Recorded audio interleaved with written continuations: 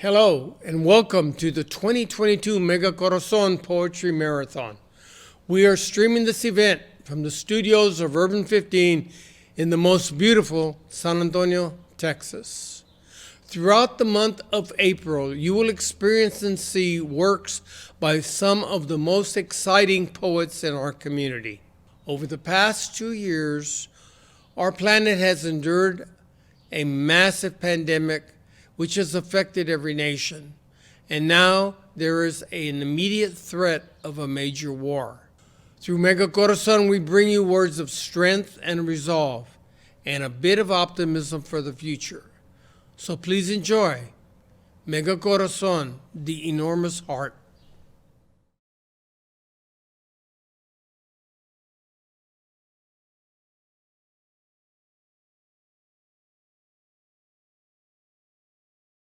Greetings and salutations, Mega Corazón. My name is Andrea Vocab Sanderson. I am the Poet Laureate of San Antonio, Texas. And accompanying me today is Rob Cockfield on keys.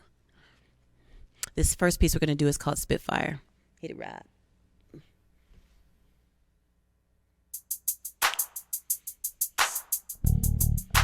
Feel free to clap along, snap along to the music.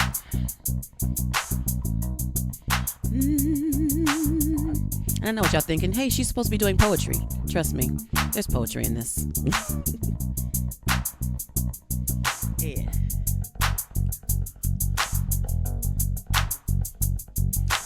Fire, fire.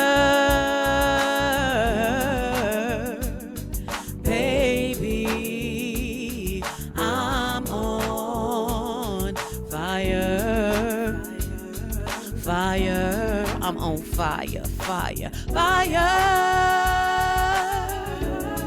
Ooh, fire. Yeah, baby, I'm on fire, fire. Check it. I spit fire to release my desire in edible, incredible formats that leave your bellies full.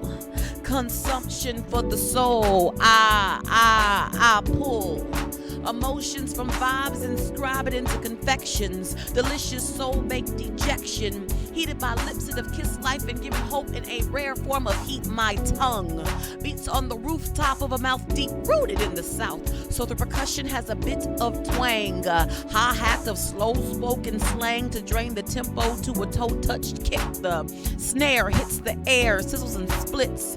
The aroma of honey and incense mixes with the steam as we are inserted into a sauna of vaporizing word streams, baby. I mean, it's hot. I mean, it's hot. Like fire, fire. Yeah. Fire. Baby, baby. I'm on fire. I'm on fire, fire. Yeah, I'm on fire.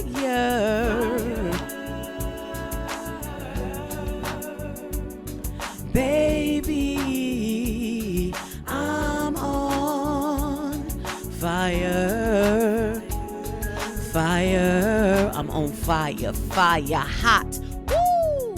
Like a virus in incubation, because molecules become incinerated by my communication. Hair follicles stand erect on skin but singe down to the nerve end when I begin each phrase. There is a torrent of technique blazing off each page recited. Language becomes a trident that shovels sweet coals into the furnace of souls, warming up hearts and minds while shutting out the cold, and in turn it burns me up inside. And when the heat collides with the emotion that I hold, then I deplore fire like a dragon from medieval lore, the likes of which no one can ignore, because I spit, say I spit that fire, fire, fire, yeah.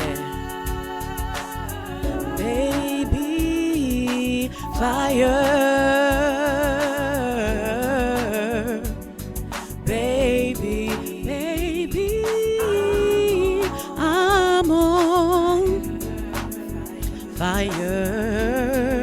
on fire, fire. Yeah, yeah, yeah. Baby, I'm on fire, fire. I'm on fire, fire. It's the breakdown. It gets hot like, and it feels like, shut up in my bones like fire. It gets hot like, and it feels like, yeah, shut up in my bones like fire, fire, baby.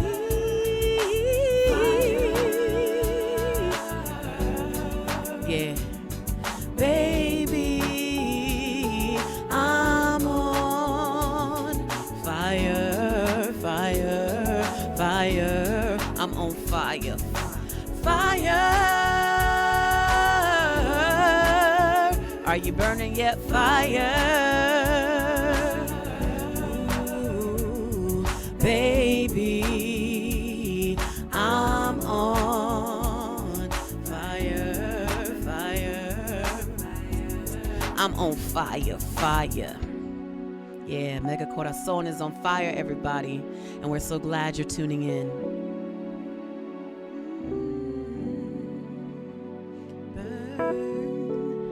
Yeah, with the passion for literacy, we hope that you care and you read and you learn about all the great poets of past and present.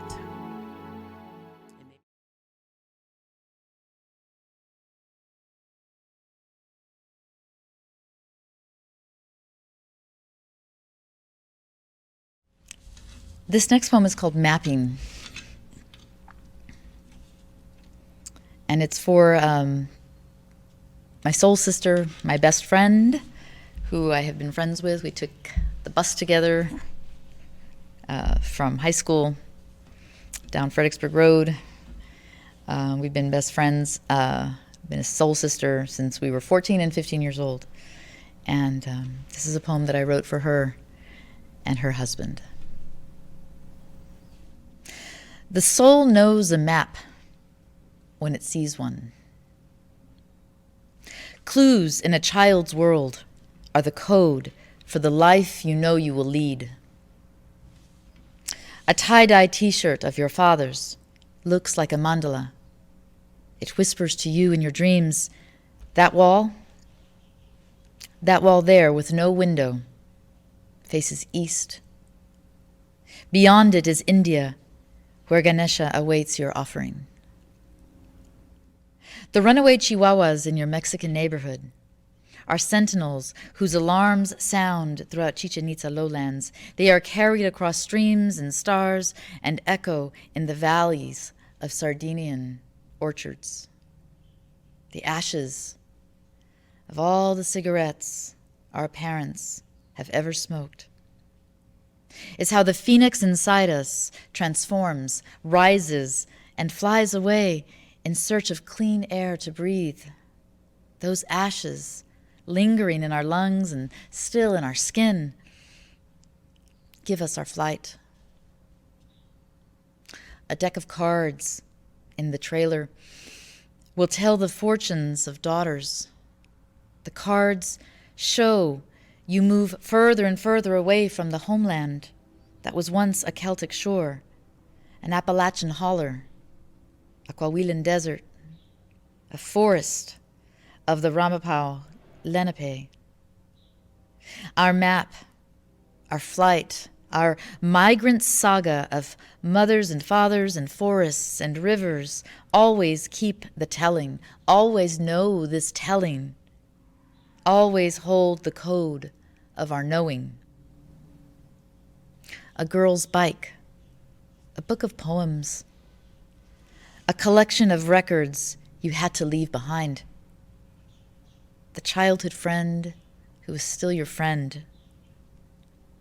The great love of your life who has always loved you and who has patiently waited in the snowy hinterlands, setting a path of smooth stones that you will see from the sky and follow them home. The soul knows a map when it sees one.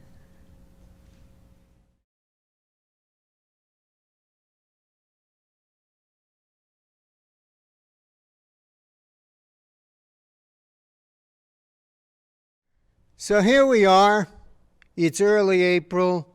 We have already begun National Poetry Month. It actually started on March 20th and goes to May 20th this year because we won't be enclosed in simply a month. But National Poetry Month, about 10 to 12 years ago, Jesse Castro and I did a number of programs in San Antonio at the library and a number of other places for National Poetry Month. The following year, we put out a calendar. For the last 9 years, the city of San Antonio has funded the calendar and helped it happen.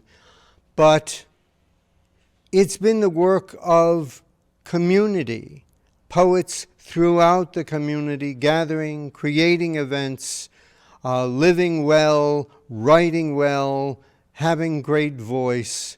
And Mega Corazón is one of the great examples, one of the great venues of that voice. And Mega Corazón wouldn't be possible without the aid of the National Endowment for the Arts, the Texas Commission on the Arts, and the Department of Arts and Cultural Affairs of the city of San Antonio.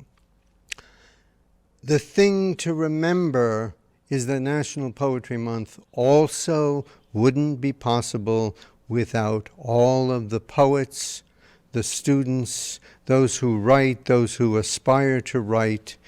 It is meant to be a generative event that lasts the whole year. Thanks.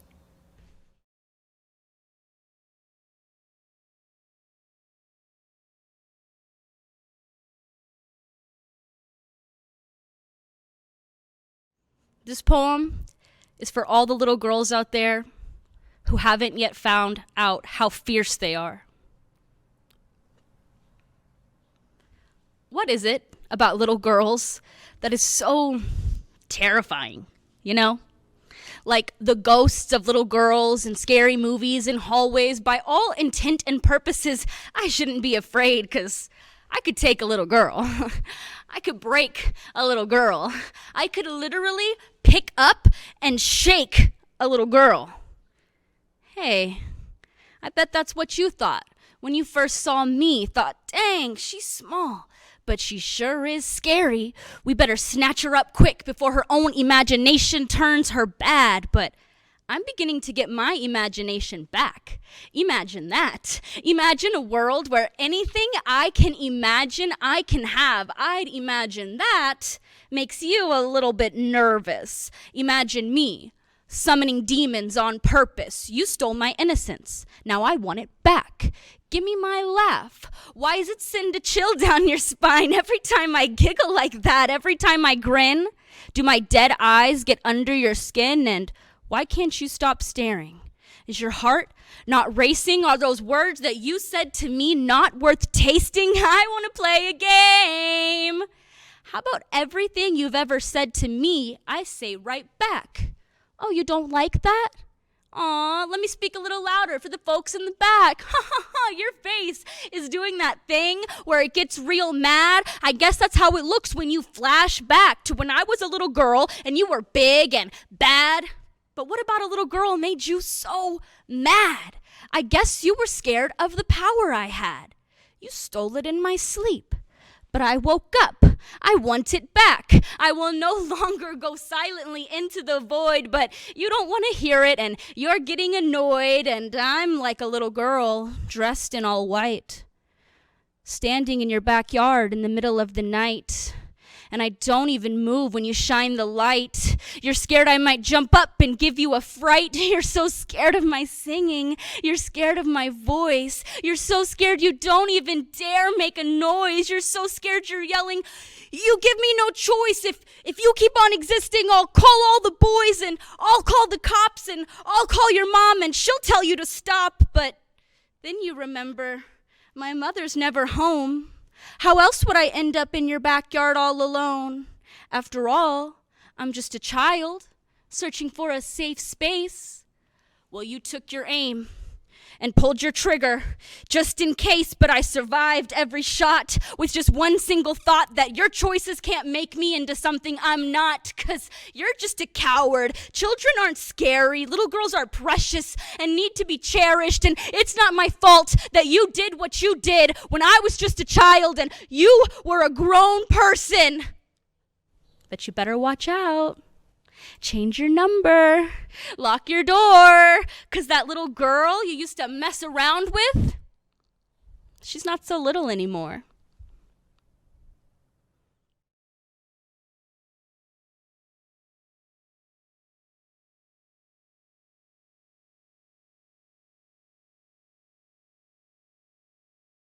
His next poem is entitled You, Part 1, also dedicated to my wife.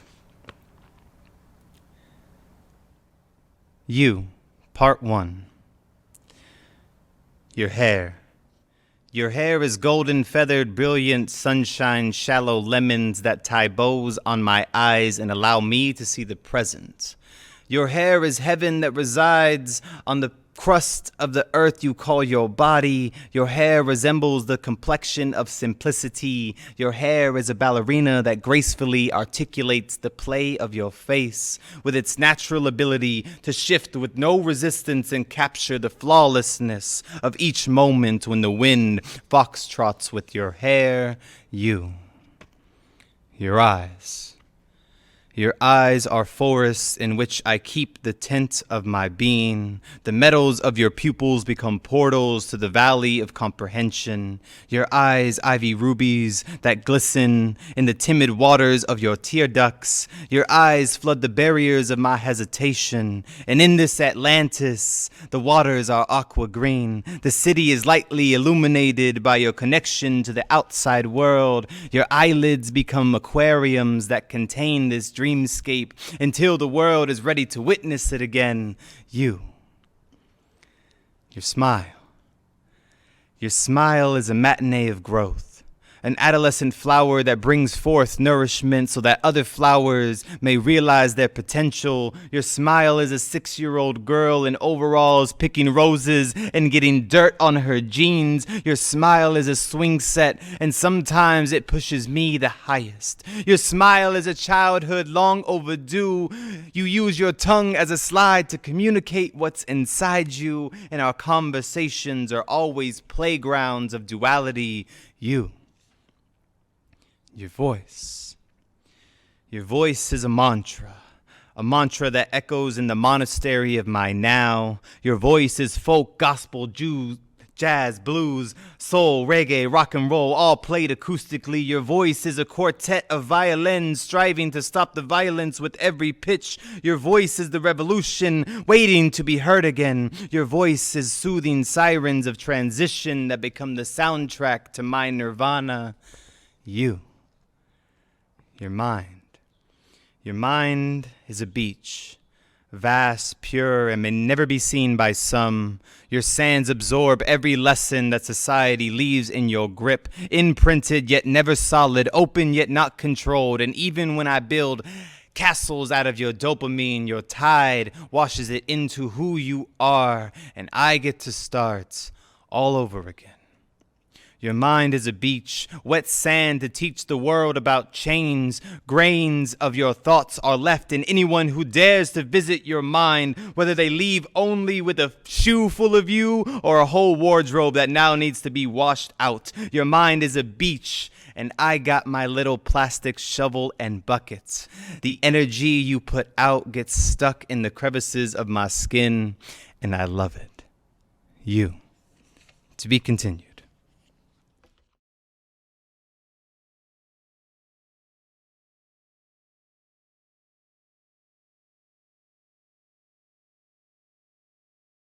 Hi, everyone. The second poem I'll read is called Poem on the Inside. And it's by Carrie Fountain from her new book, The Life. And I just picked up the book, and I think you would enjoy it. So I want to read a poem from the collection. Poem on the inside.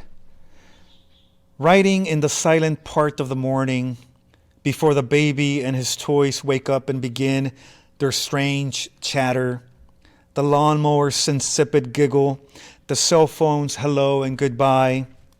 The only sound now is that of the cat licking his fur behind me on the bed. In the short time after we bought this house, but before we moved into it, I'll sometimes drive by. I'll stop. I'll park in the carport and sneak around back, and I'll squint into the windows, almost certain I knew what our lives would be like once we lived inside.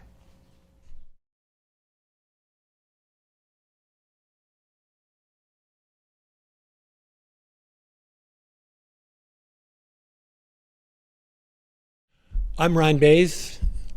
I'm a writer and a poet. I live in San Antonio. And I'm super excited to be part of URBAN-15's Mega Corazón, celebrating National Poetry Month. You know, being in the lovely studio here, the repurposed church, it reminds me that my father, a little background, was a Baptist minister and stood on a dais much like this and delivered his poetry or sermons every Sunday morning. And myself, being a dutiful Baptist preacher's kid, would sit in the third pew with my mother and brothers and listen to his sermons. The only one which I remember was preaching from the book of Revelations, the apocalypse. It was pretty crazy stuff. So the first poem I'd like to do is basically an apocalyptic thing, or maybe a post-apocalyptic thing would be a better description. We're going back to living in the trees, cities among the branches. Of course, this will be long after the war and the conclusion and the realignment and the reseeding and the new way of life sponsored by the children of the children of the children of the way down the road a ways children of the children. Kind of like Avatar, I think is what I think. We will play music on stringed instruments and eat from the branches of the tree, light wafers of lichen green, and drink water and be at ease. And the trees will reseed and reconnect and remember, as they always have, how to rise up and hold the sky in place and release the pollen of knowledge across the cityscape of our forest. Our refuge, our home. These cities will be from sea to shining sea, and we will live in them, there with their knowledge and their gleaming, sparkling, towering, yearning clouds above us. And we will make a pact, and the trees will make a pact. Like, O tree of life, bless us, and rise up like a tower, like an apartment complex. Like, oh human, grow, prosper, and go to the moon, was said in the past. And now that we're here in the future, we can make a new pact. How can we not know how to make a pact? A small, furry animal into a human, a branch of a tree.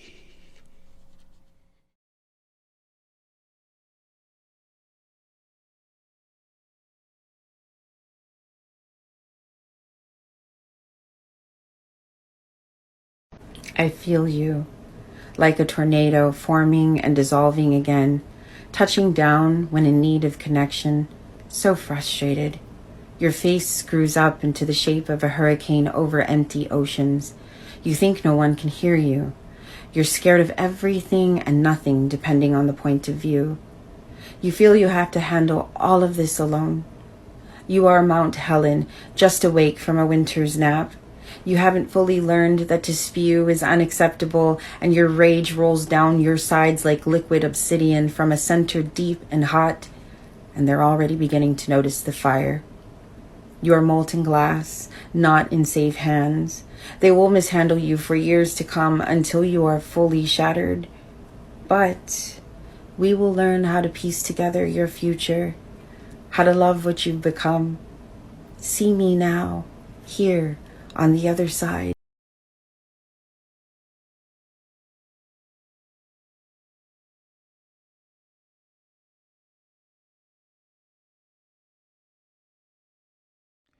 I want to read a poem by Ilya Kaminsky from his collection, Deaf Republic. Ilya Kaminsky is a hard of hearing poet from the Ukraine. He was born in Odessa. He now resides in the United States. He's a poet, translator, and a professor. From Deaf Republic. It is December 8th, and my brother Tony was killed by the soldiers. December 8th, and the police are reopening the southern trolleyways. December 8th, when my wife lifts Tony's body from the ground, his arm tied over her shoulder. Her face is damp, her hair dirty. And the soldiers unveil the damn trolleyways, and I stand feeling a quick march of bumps across my back and thighs. Nothing. When she comes home, I run a bath for Sonia and wash her hair, gently mixing the finest of my brother's shampoos with quiet precision, while Sonia cries and cries. Of course, we're all familiar with the images coming in from the Ukraine, horrific suffering, and this poem by Ilya Kaminsky reminds us of that horror.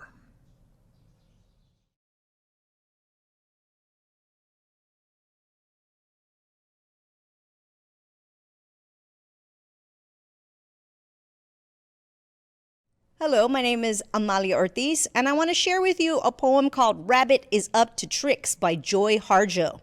Now, in many native cultures and in their folklore, the rabbit is known as a trickster character, and that's true in this poem. Rabbit is up to tricks. In a world long before this one, there was enough for everyone until somebody got out of line. We heard it was Rabbit, fooling around with clay and the wind. Everybody was tired of his tricks and no one would play with him. He was lonely in this world. So Rabbit thought to make a person. And when he blew into the mouth of that crude figure to see what would happen, the clay man stood up. Rabbit showed the clay man how to steal a chicken. The clay man obeyed. Then he showed him how to steal someone's wife. The clay man obeyed. Rabbit felt important and powerful. The clay man felt important and powerful. And once that clay man started, he could not stop. Once he took that chicken, he wanted all the chickens. And once he took that corn, he wanted all the corn. And once he took that wife, he wanted all the wives. He was insatiable. Then he had a taste of gold, and he wanted all the gold. Then it was land, and anything else he saw. His wanting only made him want more. Soon it was countries, and then it was trade. The wanting infected the earth. We lost track of the purpose and reason for life. We began to forget songs. We forgot our stories. We could no longer see or hear our ancestors or talk with each other across the kitchen table. Forests were being mowed down all over the world, and Rabbit had no place to play. Rabbit's trick had backfired. Rabbit tried to call the clay man back, but when the clay man wouldn't listen, Rabbit realized he made a clay man with no ears.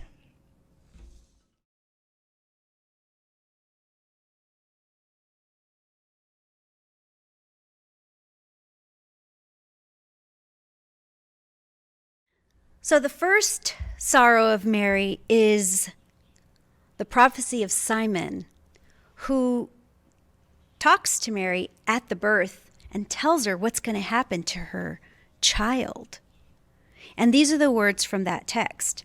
And a sword will pierce through your own soul also, that thoughts out of many hearts may be revealed. Revealed like the surface of a dog's freckled tongue as she pants under the sun, the pink silk lilt of it undulated to hold one drop of water at a time. Her open maw, harmless but still, its sharp enamel points could open a body should she want to. And for what so much revealing, Simon? Why use the sword, the words, thoughts of many hearts, to frighten Mary that day? Those sharp enamel points, a logical weapon for self-loathing, turned to someone else's body, the one who encourages reflection on sin, unlocking the desire to open a body, to reveal the slow matter of its decay on a bus, on a curb, on a cross, a desire that brings every mother her first sorrow, the first time she holds her child's tender body. And if I pray this right, I am supposed to remember that I too pierce her soul. The pink silk lilt of her, the fullness of her grace, the moment she knew the future end of her child, that he would die in that particular way, newborn, and her body still a seething wound, wash rag between her legs to hold the holy ruby of her new life, the shimmering and ripped womb foretelling the luster inside the hearts of so many, foretelling the crowd's call for burn, for blood, for ash, the revelation of her son's unfolding skins, the latent prowlers haunched for years, kill in their sights, their desire to chew on tart blood, the knees' steady pressure on the neck, the insatiable want of easy answers, the state as the hearts of the people and its blood-soaked hands.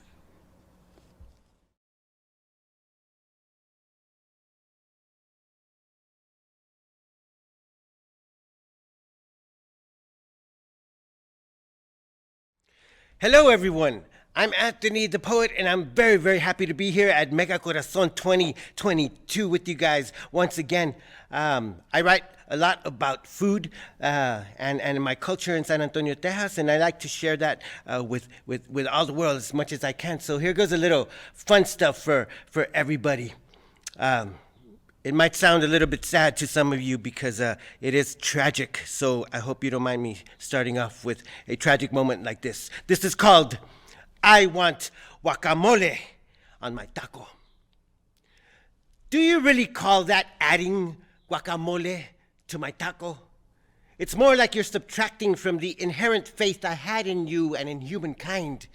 I come from a very long line of great and ancient poetic and mathematical minds, and so I know how to carefully weigh the fairness of my words, and therefore I say this only because you charged me an extra $1.50. I ordered guacamole, not guacamo, not guaca, not guac, not gua. I do see a little speck of bright green in there, I think, but I'm not in the mood to take out my magnifying glass. I'm not usually one to complain, but I would like to see and to taste every single delicious avocatic syllable. Please do not give me guac or guacamole. I want guacamole on my taco.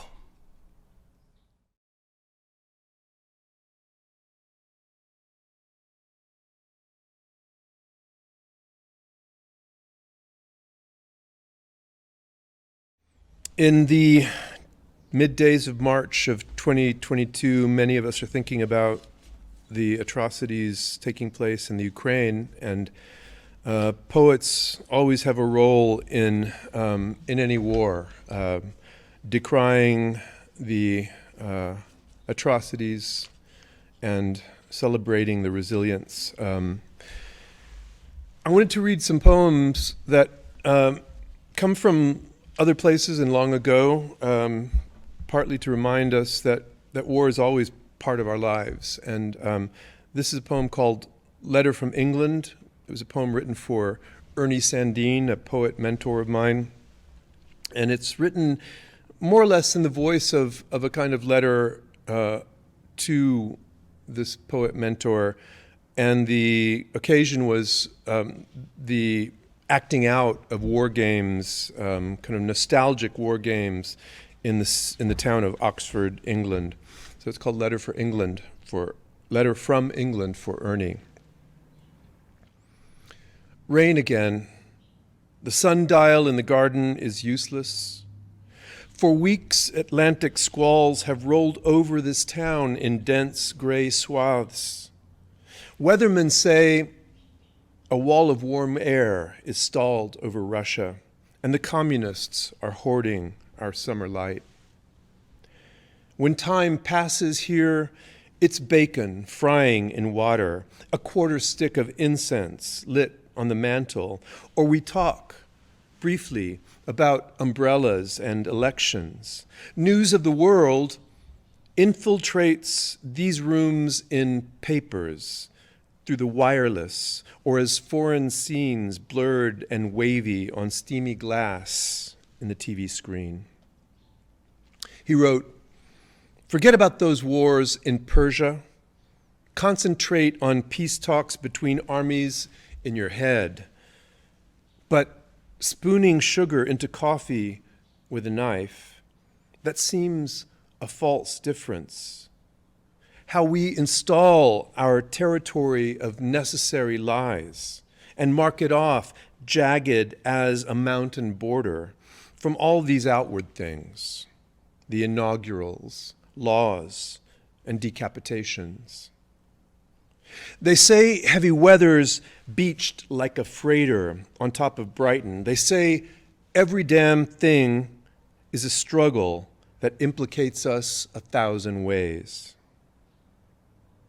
2 Easters back, Oxford restaged a 17th century battle here known as the Bloody Day at Marston Hill. I woke that morning to the sound of cannon blasts rattling my toothbrush in its glass. The battleground was on an easy bus line, and a cloud of gunpowder smoke seethed along the streets. The illusion was complete. When churches let out, the families lined up watching from the decorated barriers. Out the attic window, I saw platoons clash and separate solemnly, dragging behind them black carts of antique war equipment. They were making a war for the hell of it, following some old story they'd been told. Red banners floated over the winners like thoughts in a newspaper cartoon. The toll was staggering, a voice announced on the loudspeaker, yet the king's forces have held their ground. Providentially, armistice had come before tea time. Now the Isis is flooded, no boats going out.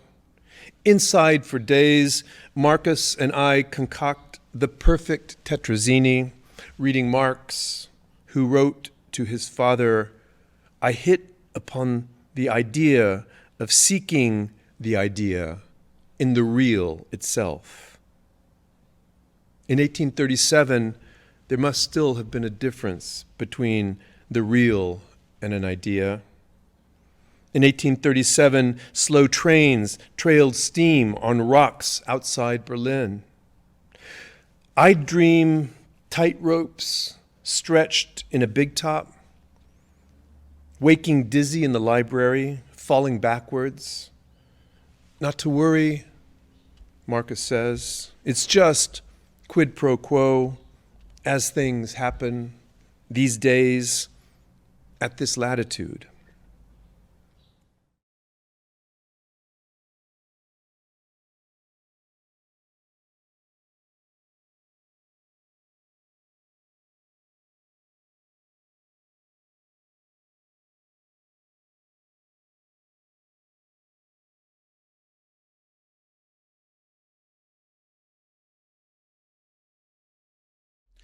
Hi, my name is Eddie Vega, and I wrote this poem after going to the dinosaur tracks at Government Canyon with my kids some years ago. I was inspired to write about why there might be dinosaur tracks that still exist after 110 million years.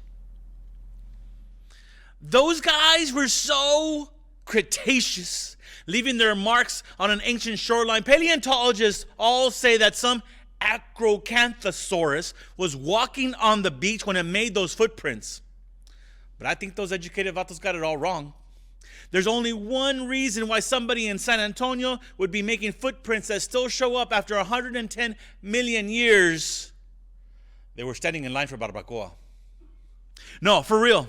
Those Acrocans, the first Texicans, slow-moving beasts tired of hunting Barney and Yoshi and Littlefoot day after day in the Texas heat, were thrilled when Iguana Don Pedro and Iguana Doña Chencha dug up the most enormous, humongous, dinosaurious pit and set up the Alamosaurus Barbacoas Company on the far, far, far west side.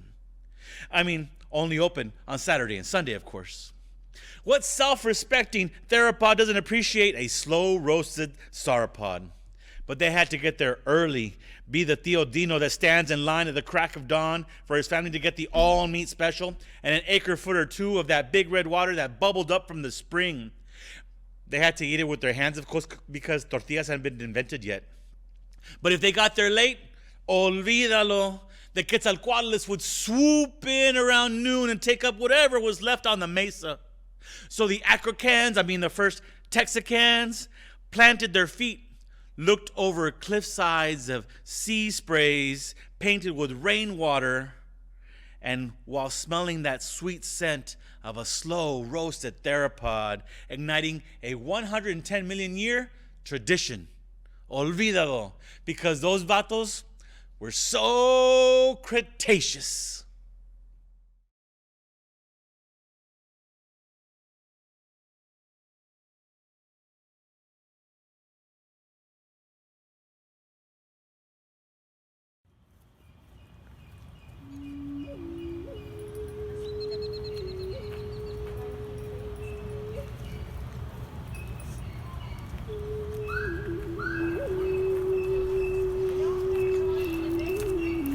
I write to echo the words of my Brackenridge Park compatriots. Words for trees that have lived 2/3 of the city's tricentennial history. Words for birds with prehistoric reptilian ancestry that predates humanity. Words for waters that brought the first indigenous peoples to this place of springs and caverns. I write to echo words of solidarity with the ways nature spreads sustenance and equilibrium from soil microbes to migrations to seasons and climate. The way nature moderates what man's indifference destroys.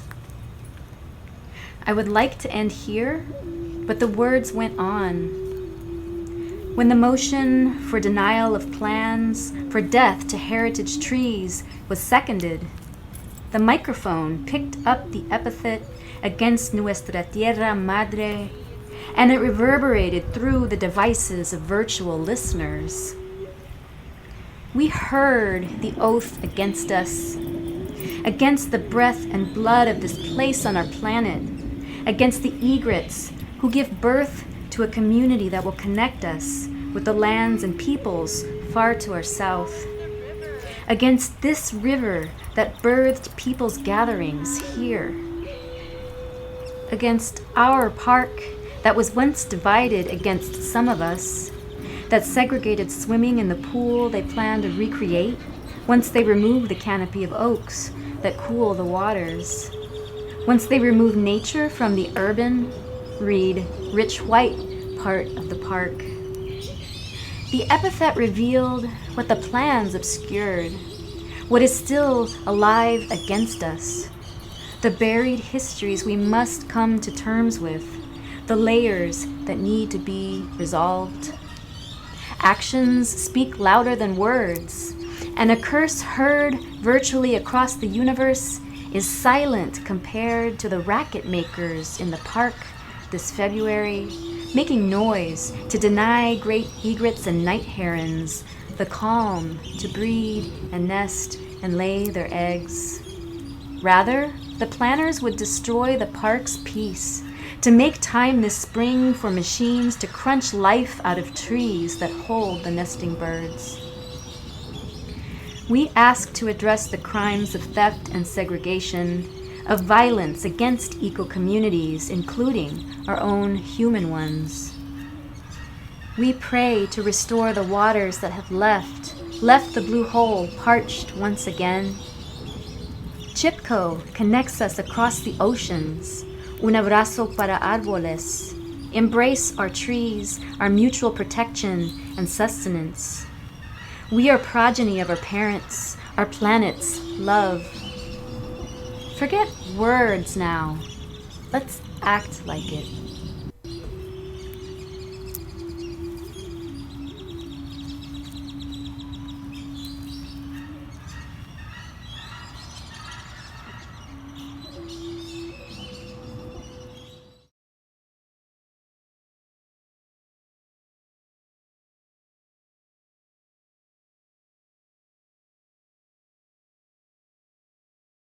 I used to catch my breath for just a moment when the time stops, but now I touch the depth of my breath and it breaks clocks. I can still remember how it felt to be unsure, how it felt to be outnumbered, unwanted, and impure. I don't wait for a chance.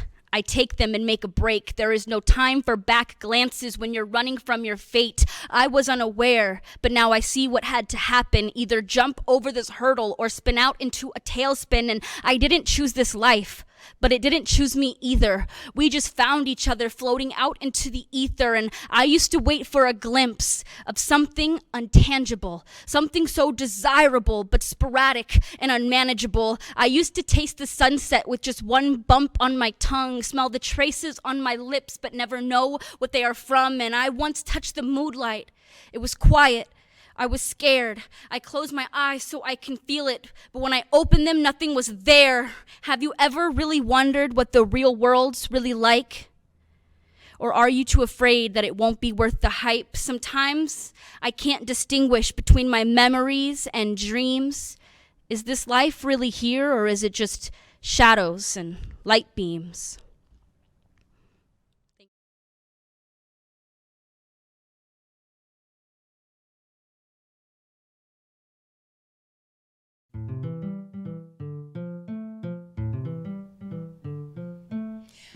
I come from the west side barrios of San Antonio, where the paleta wagon's going down the street, the chamaquitos are playing baseball, out in the street, all ages mixed together, no leagues, no rules, everybody letting everybody play.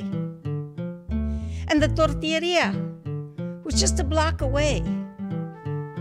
The tortilleria, where an ancient woman made corn tortillas, and the smell would fill the air. And for me, it wasn't just about the food. It wasn't just something we ate and we had and that nurtured us. It was our history. Because when I smelled those corn tortillas being made by hand at at the tortilleria, I knew that those tortillas had been being eaten on this continent for the last 7,000 years. This wasn't just food. It was my history. It was my ancestors talking to me, saying, vamos a hacer unas tortillitas to keep you strong, to keep you knowing where you came from and what will keep you going into the future. So I'm going to read you a little tiny poem that has great significance for me about the tortilleria on San Luis Street, not too far from my grandparents' house.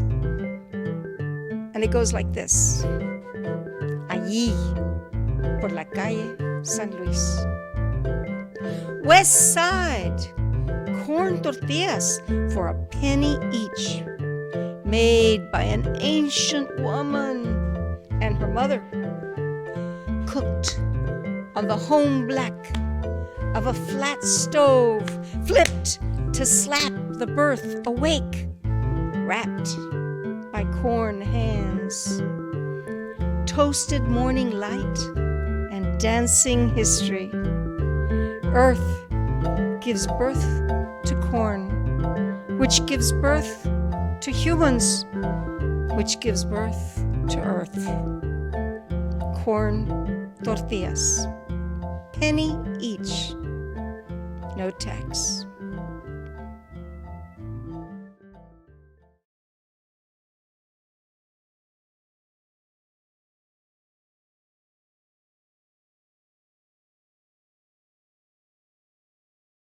With everything happening in the world nowadays, it's hard to not feel like the world is ending. I wrote this poem a while back, but I feel like it's very relative to now, so. It's the end of the world as we know it. It's the end of the world as we know it. And I feel fine. They say the world's going to end, and it's just a matter of time. So here it is, all of us in anticipation of the darkness. So this is the end. Again.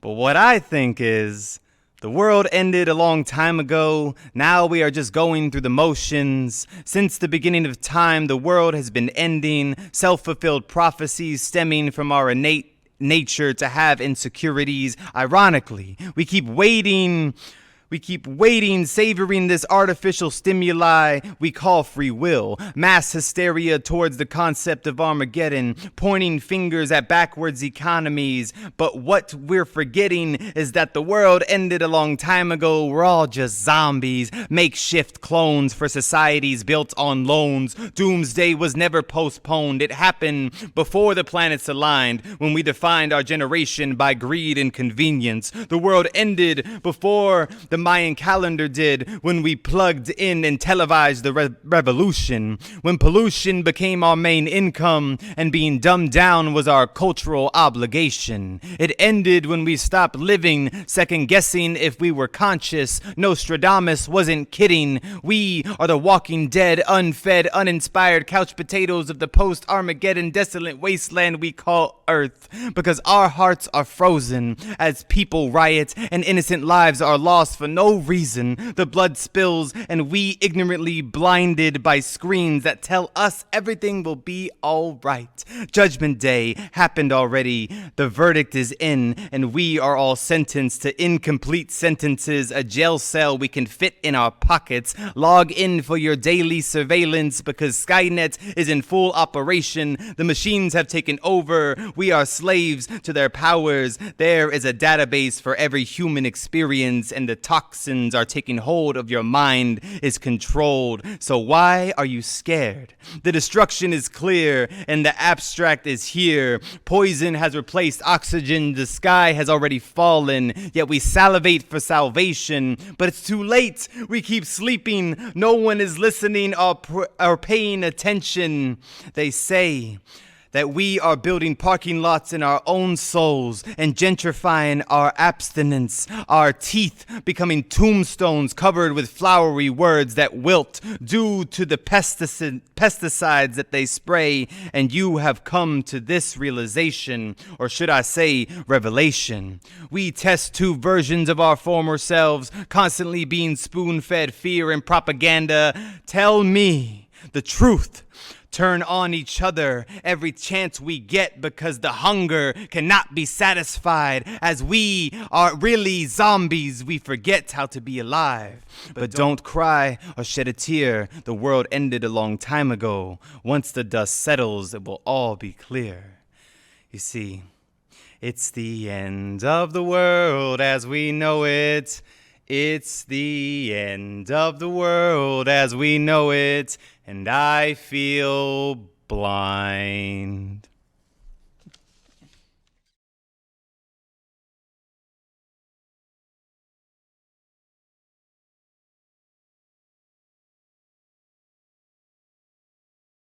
This poem is called Figure of Unfolding, and a friend of mine and myself challenged ourselves to write a poem about a fig, and this is what came out. I think it's a meditation on loss and the things you lose as you grow older, and the people too. Figure of Unfolding. Tonight, I expect the moon to be a bright, happy yawn in the sky. So bright, I'll forget all I know about sorrow. How it feels like sandpaper against skin. How it looks like the old woman my mother has become. I was still a boy when I watched my father plant a fig tree in the backyard. Me not knowing much about the fruit it promised, but enough knowing about the river running through my father's quiet as he dug a hole to make his offering. Ever since, I've been running in the opposite direction of hope, tried to logic my way out of God's existence, and find myself tunneling through time till I get close enough to see an exit, and then time begins again, but this time without the people I have loved. A day will come when my body will no longer open like a suitcase to take myself on a journey where I'll dream of never being found. All this to say, the fig tree is no longer where my father blessed its seed. The backyard, no longer ours.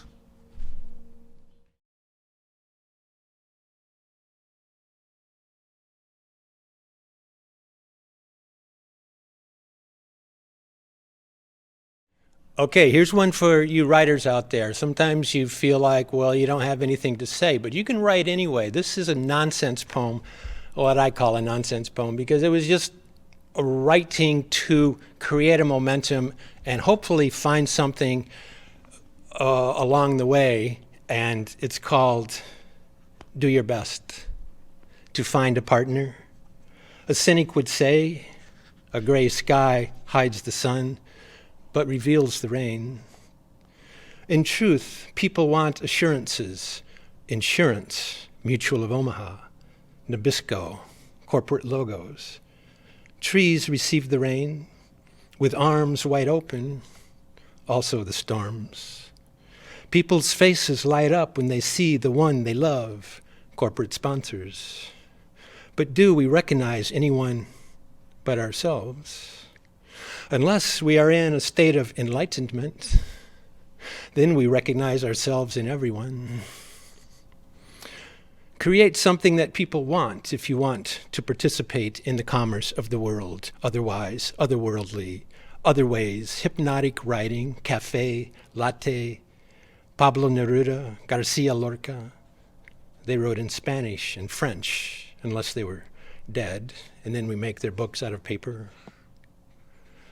Stanza 3 starts with a long diatribe to the small wood god of the Norse forests. just outside the Arctic Circle where Arctic foxes circle and the moon dances in a wreath of Holocene human epic. Aurora Borealis. Aurora, a boar, and all of us swing around the tree of life, writing gibberish. Open it up, is the refrain of the young. Open it up again, said the young man to his hot date. Open it up, said the doctor to the heart surgeon. Open it up, said the flower to the bee. So that's what I want to be, a beer, not beer, be-er of the Chaldees, these days of Gilgamesh, who was mashed long ago in the sands of Mesopotamia. Yes, it is the same suffix as hippopotamus of the river, erudition, interdiction, arrow, friendly La Marzocco from the Piazza del Rim. Say whatever you like. What comes into your mouth next? It is from the divine. It is heaven sent. It is just for you. Everything is just for you.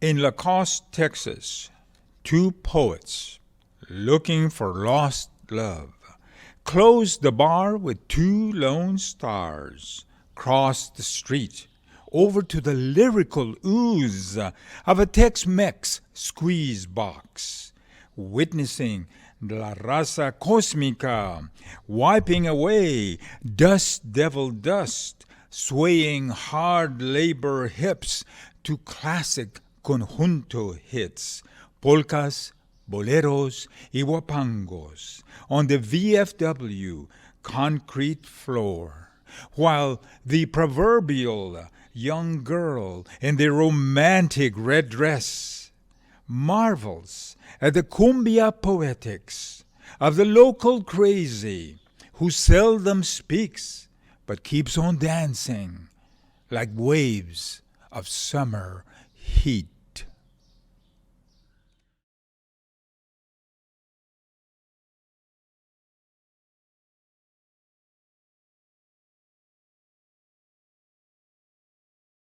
Hello, I'm Amalia Ortiz, and this is an ekphrastic suite of poems that I wrote this past Dia de Guadalupe 2021. The Guadalupe's Triptych for Yolanda Lopez. 1. Guadalupe. Queen in tennies, running the race. Portrait of the artist as diosa. Hurdle cleared, no man or walls holding back her advance. Fist full of vanquished snake. La Lupe is not only brown and proud, she is me. 2. Great mothers. Everyday, hard-working heroines. Abuela, mamá, y yo. Nuestras señoras are working-class madres. Mestizas, celebrated for a different kind of labor. At the end of her service, Abuela rests with snake skinned by her own knife, while industrious mama hems her own mantle, stitching stars into a firmament of her own design. Resourceful, feminist, creators with agency. Our icons are self-made. 3. Tonantzin. Nuestra Madre's stone skeleton revealed as Coatlicue de Tepayac, temple trampled, replaced with mandorla corseting, writhing rattlesnake skirt, and bearing beating heart's necklace, Mesoamerican goddess, skinned of the thin veneer of Spanish Christ. Woman created God in her own image, illustrating how to throw off our European disguises and decolonize ourselves. Tlazocamatli, Yolanda Lopez, presente.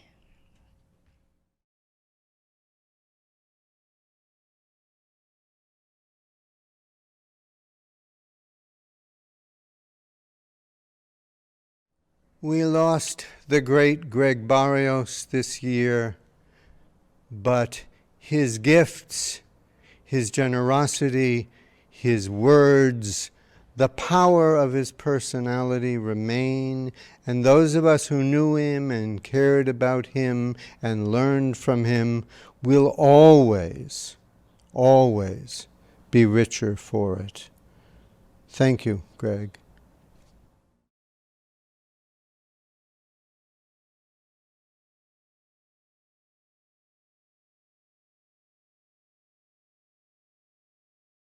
I release you, ancient and irrelevant condemnation. Every judge's gavel sound from every judge that wasn't there.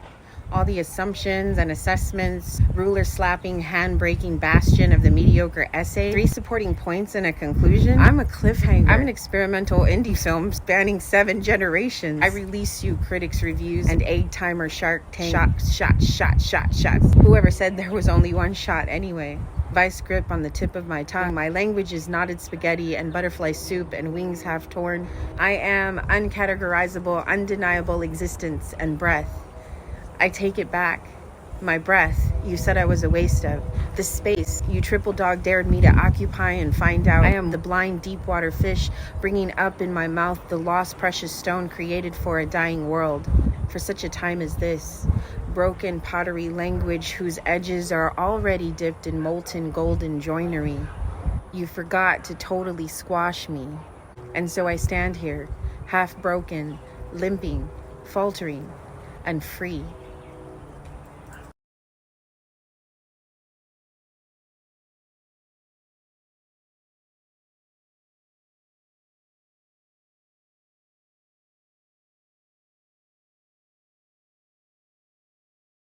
Hi, my name is Eddie Vega, and I'm a poet here in San Antonio, Texas. This poem is one that's not actually by myself, but it's by one of my poetic heroes, Trinidad Sanchez Jr., who lived here in San Antonio for some time after being here from Albuquerque, Denver, and where he was from back in Michigan. And he writes a lot about our culture, our cultura, and this is one of his most famous, prized poems. Why Am I So Brown? For Raquel Guerrero. A question Chicanitas sometimes ask while others wonder, why is the sky blue or the grass green? Why am I so brown? God made you brown, mija, color bronce of your raza, connecting you to your raíces, your story, historia, as you begin moving towards your future. God made you brown, mija, color bronce, beautiful, strong, reminded you of the goodness de tu mamá, de tus abuelas y tus antepasados. God made you brown, mija, to wear as a crown, for you are royalty, a princess, la raza nueva, the people of the sun. It is the color of Chicana women, leaders, madres of Chicano warriors, luchando por la paz y la dignidad, de la justicia de la nación Aztlán. God wants you to know, to understand that brown is not a color. It is a state of being, a very human texture, alive and full of songs, celebrating, dancing to the new world, which is for everyone. Finally, mija, God made you brown because it is one of her favorite colors.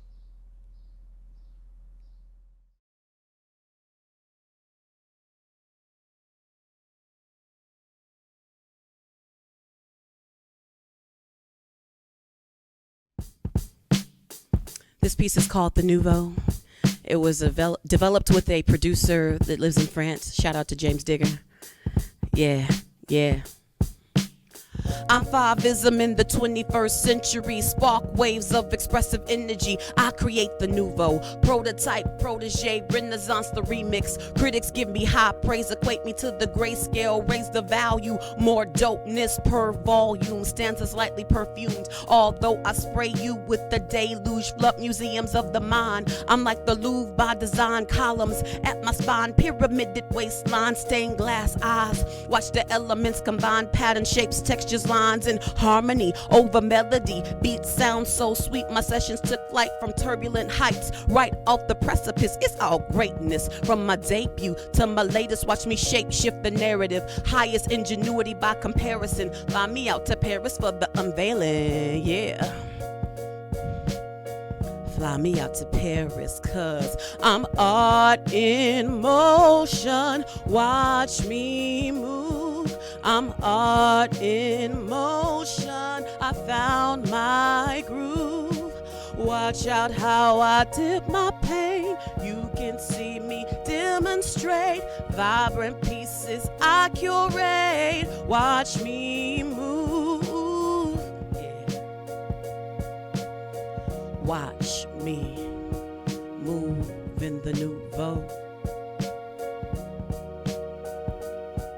Avant-garde be my brushstrokes, tertiary metaphor. Slather on your canvas, you're loving how my paint pours. Primary, secondary, the mind sees prisms. Illuminate your spectrum when I color you with wisdom. I've been studying the masters, I think I found my form. Correcting my path, follow the path reborn. Like Donatello or Matisse, I'm cutting out my masterpiece. Call it jazz, color splash, hi-hats and cymbals crash. Catch me on my new wave, all on my Depeche Mode. 80s baby, after all collage of funk and disco. Tempo be my flow, adapt the landscape over time. Hip-hop be my mental spray, influence over minds. Modern muse by design, symmetry, soulfully divine. Curves, slurred lines never blurred. While I'm sketching out my rhymes, you surveilling from the sidelines while I'm out here getting mine. I'm art in motion, watch me move. I'm art in motion, I found my groove. Watch out how I did my pain. You can see me demonstrate. Vibrant pieces I curate. Watch me move. Yeah. Watch me move in the nouveau. In the nouveau. Watch me groove. In the nouveau. Yeah. I think I found my groove, my groove.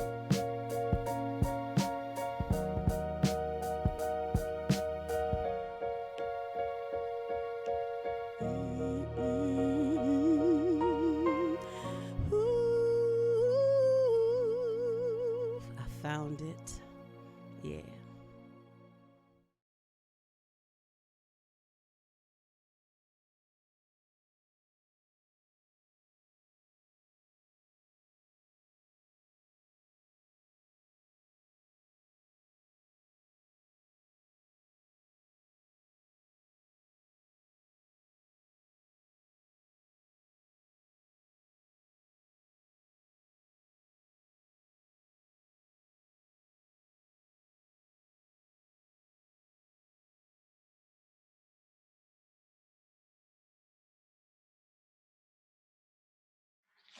I was asked to select a poem by a poet who I admired greatly. And I selected one of my generation, the poet laureate, or I should say the Nobel laureate of poetry, of literature, Bob Dylan. And I'd like to read to you All Along the Watchtower. I think it's germane to the situation that we're facing now, and even more so offers some consolation as well as some thoughts of where we're headed and perhaps what type of apocalyptic times that we are living through at this time as well. There must be some way out of here, said the Joker to the thief. There's too much confusion. I can't get no relief. Businessmen, they drink my wine. Plowmen, they dig my earth.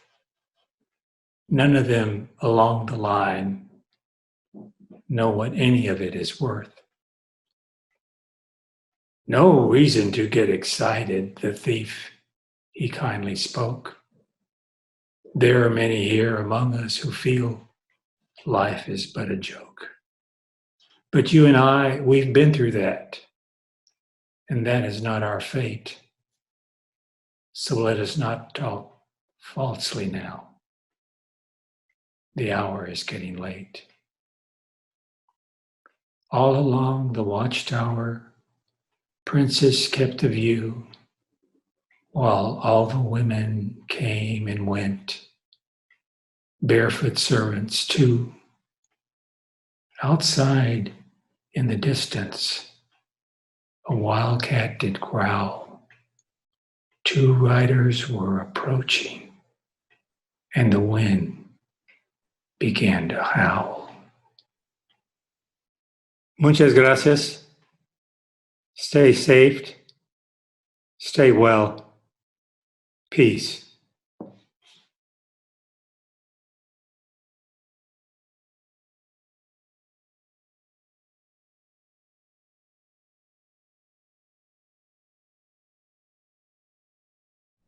The tragedy of war is so often masked by the myths that nations and states place on the legacies of battles and struggles and victories and losses. This is a poem called Field Day about the way that these myths infiltrate our lives, even in the most civil of places. We're always returned to the legacies of the wars that have been fought in the past and giving us dread of the wars to come. It's called Field Day. Fockers rolled and rattled over Frognall, buzzing the heath in an aerial tribute to World War I. They forgot tea that day under the unmistakable growl of warplanes. She saw raid columns, ladies with buckets, flashlights, scrambling to cover drop flares when Sheffield was battered. Today, the Queen does not walk in the park. Today, a flaming MiG crashed in native territory. In our exclusive footage, we see the pilot safely parachute earthwards. And flying machines shivered and banked, shaking their Remingtons as never before, made a gauntlet to smash armies of the air. The beauty of the trenches, one man hissed. The beauty.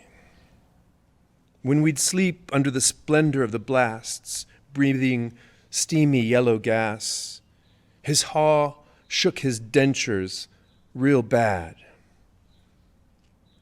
Up the hill, residents kept a zoo with exotic animals from all over the globe.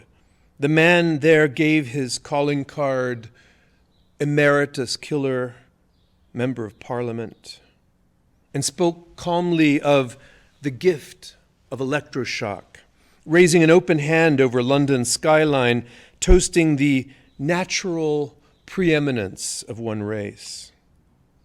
That was their Paz Mundial. Applause resounded as biplanes meshed and showered overhead. Out of such things, she thought, will come another remorse. They tuned in as soldiers took Beaufort Castle. Through television, where history swung pendulum style over the world, they encountered the hostile legions. The territories were marked out with banners. They entered their own thoughts reluctantly and consoled themselves for battle.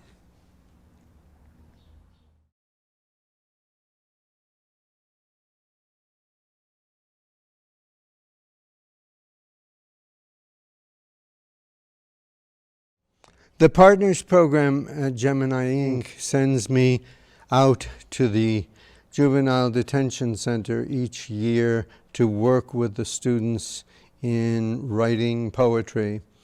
And each year, for the last 10 years now, Gemini produces a volume of the work by those students.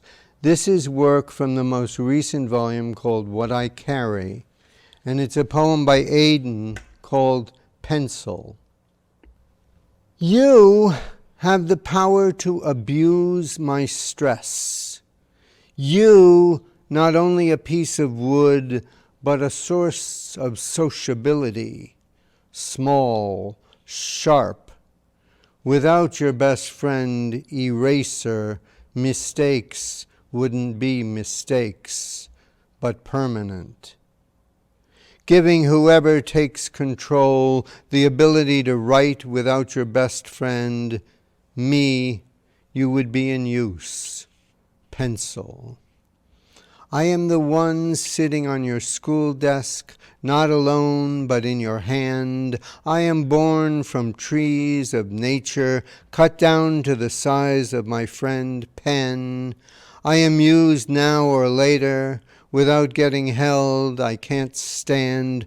With a point and no face, not only do I write, but I do erase.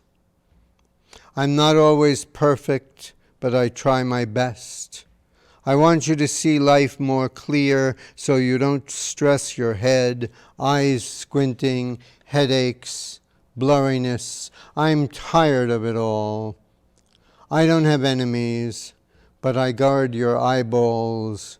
Keep me with you, just keep me with you, and you will see that there's blurs in lights without me.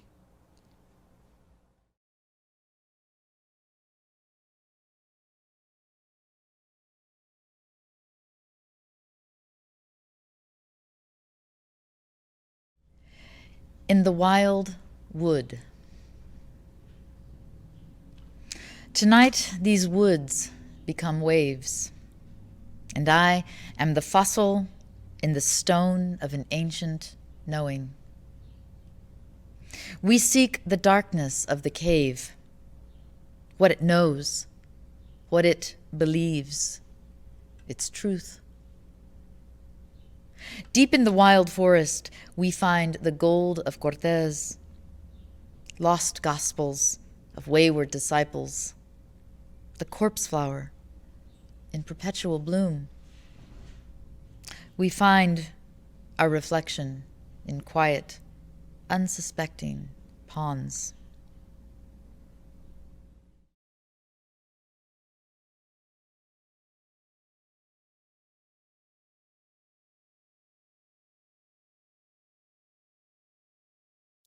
The definition of cool for Greg Barrios. Birthed from music, jazz, unpredictable as life, more than a word, it's an attitude, a style, a state of being. Cool was raised in the streets of the working class.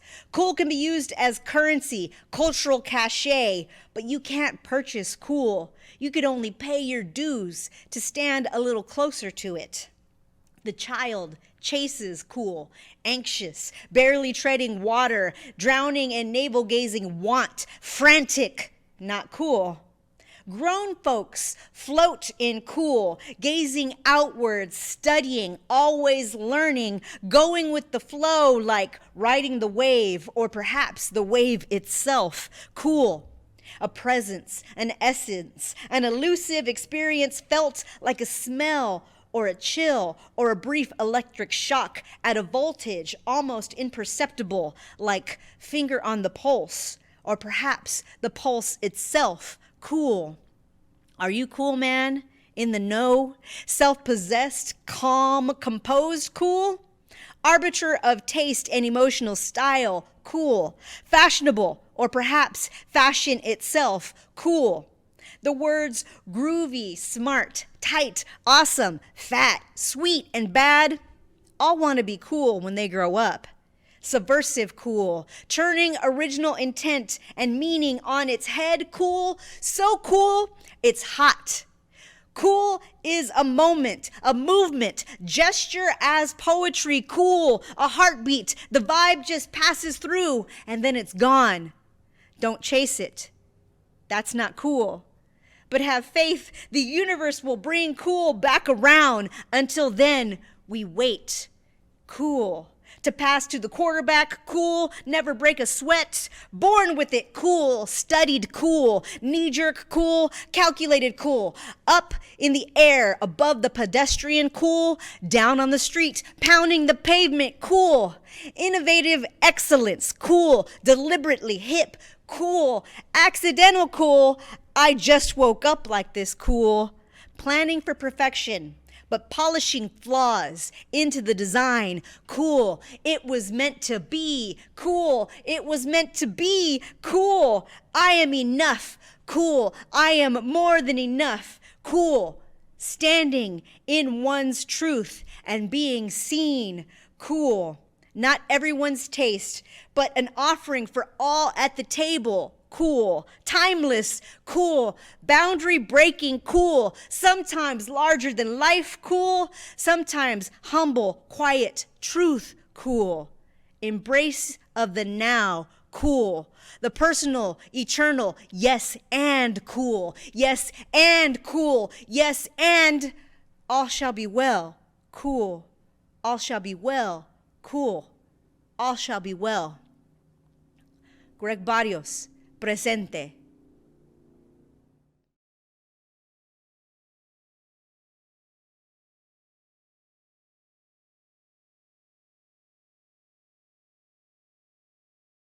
Hello. Very happy to be here at Mega Corazón once again. And we are all coming out of a very difficult time, and we're all dealing with it in our own particular ways. But this is just my way of having dealt with it. When this whole crazy time started, I was the one in charge of having to go get supplies and forage all over the city when there was nothing available. And in order to keep my sanity, I had to make a game out of it. Like I was hunting, like I was going on a scavenger hunt. And when there was nothing around, I was trying not to get myself down. I just kept looking for it, and I tried to keep as much humor in my life and to find as much humor in those very difficult moments as I could. So I wrote a lot of funny stuff, or what I think is funny stuff, during the pandemic. This is one of them. This is called Toilet Paper. Trust me, you will find that big package of toilet paper. And when you do, here are a few tips to truly enjoy the experience. If you are not in the process of either being trampled or glared to death, take the time to listen to that sky-splitting, light bursting from the clouds, Alleluia moment. Take the crinkly package in your hands and sincerely talk to it. Say something funny or romantically spontaneous, no matter how absurd it is. Say to those 12 mega rolls of ultra soft Carmen something like, yes, I've been a very dirty boy. Or, I've been looking for you in every crack and crevice of the city, my love. Why don't we go somewhere quiet and sit down and get to know each other a little better?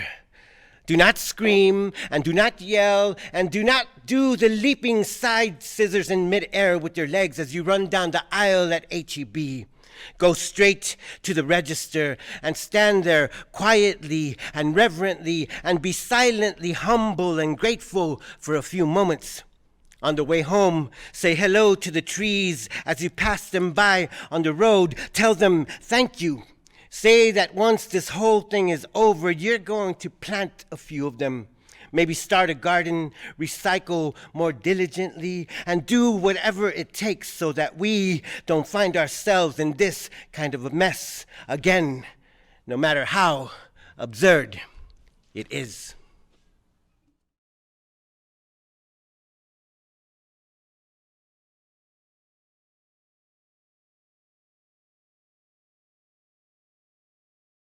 Hello, writers. Hello, poets. Hello, creators. Your mind, when it wanders with a question, is not a bad thing.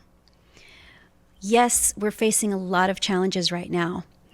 And one of the things I learned about the necessity of poetry is that even though you might relive something sad in the poem, writing the poem is a way, as my teacher and friend Sandra Cisneros told me once, it's a way to take the glass out of the heart. It's a way to help your wound heal if there is a wound. And so I'm writing these poems about Mary. I'm looking at her life and I'm studying her, and mostly because my own grandmother believed so much in her, and I miss my grandmother so much. So by learning more about my grandmother's life, I get to kind of be with her a little bit more. And I've been studying the 7 sorrows of Mary. So sorrow number 5 is hard. It's the crucifixion. This is the text that I draw from this poem. They crucified him. Now there stood by the cross of Jesus his mother. He saith to the disciple, "Behold, thy mother." So he sort of announced to everybody, this is your mom. I tell Maria, my student, that yes, she can define racism as a pandemic in her essay, now that she's living through one. She clothes her son's face in mask and clear shield, holds him from the public school close to her body, the only logical route of salvation. Since at her son's death, after he becomes a temporary host of spread maybe, her own soul will likely leave her body, join him just as Mary's did. Maria won't split herself on the altar of freedom from sins her son didn't commit that night, in protest, alone, the contours of his hoodie striking a match around the world, his puffed chest, a deflated cloud of breath. And if I pray this sorrow right, I am to believe each time I let her son escape my thoughts, I revive sorrow number 5. The viral envelope, a diaphanous fat, thin membrane, stolen cells, tissue strand, like a string of pearls round a small neck. Coronavirus, wanting a home, like me, teaches its host the salvation of multiplication. We pretend it has no conscience, though we know it has a will. Saharan dust golds the sky tonight. Fires blacken out the sun, smother the empty coastline, fray our already frail human connectivity. And the day crucified Jesus said, "Behold thy mother," to his stupefied friends, he crowned her mother of all, enveloped her with the sorrow of his hentified body under arrest, his once lifted chest a delicate memory of breath. I send you out with that thought because as we think about anyone we know who has suffered through the ills of pandemia or the ills of racismo, that they are just as sacred.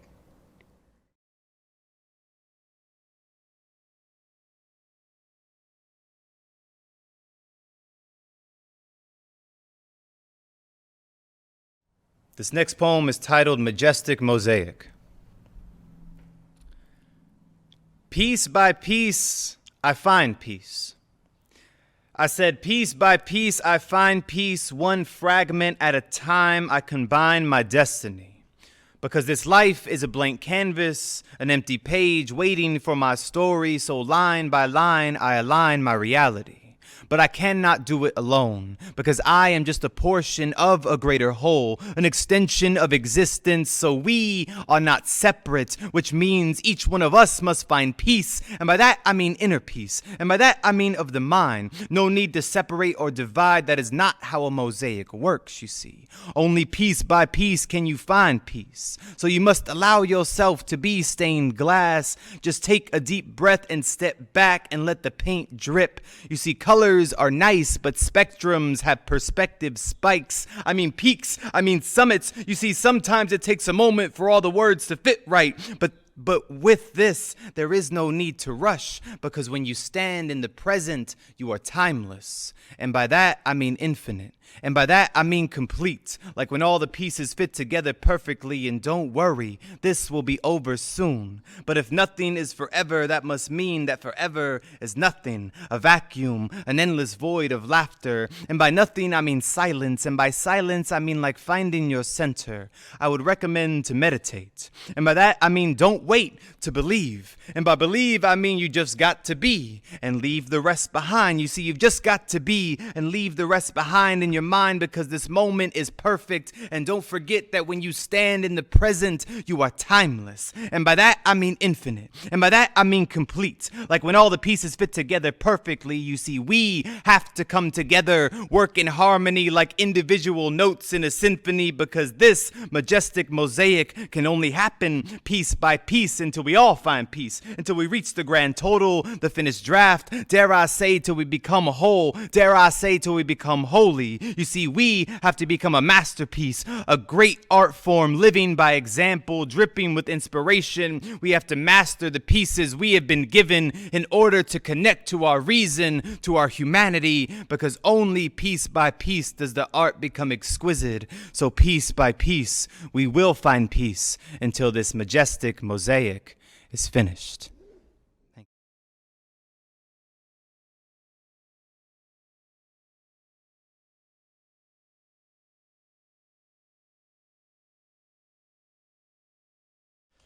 This poem I'll read is called The Poetics of Displacement, a micro essay, and it's a hybrid poem. It's very prosy, but I think it has some poetic elements, and it has to do with as the title implies, displacement. For those of us who are recent immigrants to America, we still remember living in one country and then crossing some type of border to live in another. And I think this poem is trying to figure that out. The Poetics of Displacement, a micro essay. To address displacement, I must first address my own. This is what poetry does. It allows you to write about others by writing about yourself, because in the end, displacement is about loss. It is about what is left behind as you make your way across a border into a new country. And if displacement is about loss, then it is also about how we spend our lives remembering. It is about memory. Displacement threatens memory with the distance it is made of. And poetry is a means to remember that distance is often made of suffering. Poetry allows us to collect our personal and historical memory. It doesn't laugh at us. It doesn't try to put on a mask and entertain. It is something more. It is transformation. When you make a poem, you fold language into a thing that can be read with your fingers or with your eyes. We might think the margin of the page is a border, but it's not. And if it is, it can be crossed. Crossed like the many political borders are crossed by the many immigrants who try to make new poems out of their lives every day. As someone who carries the trauma of displacement, I must rely on language to help me remember. What is the Spanish word for water? What is the Spanish word for longing? What is the Spanish word for failure?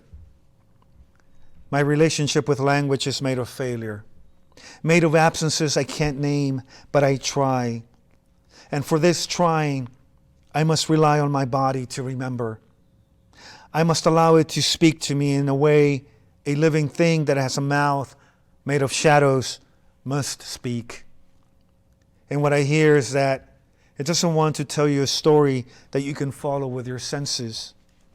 It wants to tell you a story made of disruption, ellipsis, parataxis, silence.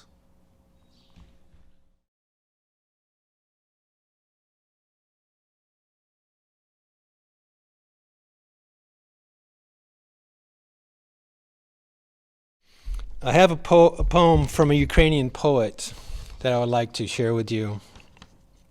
And I've been interacting with people who know Ukrainian poets, and in my own way, being involved, I don't know what else to do except to express something, to say something, to share, to speak out. This is not okay. We need to really wake up and say that war is not okay, and maybe that will make a difference. This poet's name is Serhei Zhadan, and I'm probably mispronouncing it. His last name is spelled Z-H-A-D-A-N. He's a poet, a novelist, an essayist, a translator, a musician, and a political activist. He lives in the town of Kharkiv, which is now under siege. He's been beat up by the pro-Russian protesters, his face bloodied, and has received a concussion. And he's very involved in the politics of his country.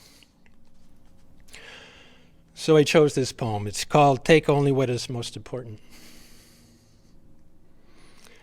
Take only what is most important. Take the letters. Take only what you can carry. Take the icons and the embroidery. Take the silver. Take the wooden crucifix and the golden replicas. Take some bread, the vegetables from the garden, and then leave. We will never return again. We will never see our city again. Take all the letters, all of them, every last piece of bad news. We will never see our corner store again. We will never drink from that dry well again. We will never see familiar faces again. We are refugees. We'll run all night. We'll run past fields of sunflowers. We'll run from dogs, rest with cows. We'll scoop up water with our bare hands, still waiting in camps, annoying the dragons of war. You will not return, and friends will never come back. There will be no smoky kitchens, no usual jobs. There will be no dreamy lights in sleepy towns. No green valleys, no suburban wastelands. The sun will be a smudge on the window of a cheap train, rushing past cholera pits covered with lime. There will be blood on your heels, tired guards on the borderlands covered with snow, a postman with empty bags shot down, a priest with a hapless smile hung by his ribs. The quiet of a cemetery, the noise of a command post, and unedited lists of the dead. So long that there won't be time to check them for your own name.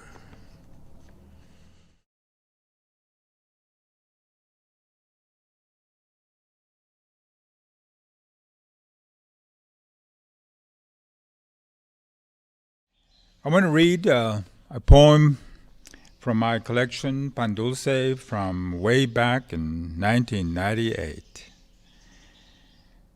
The number one small town fry cook never read Fernando Pessoa.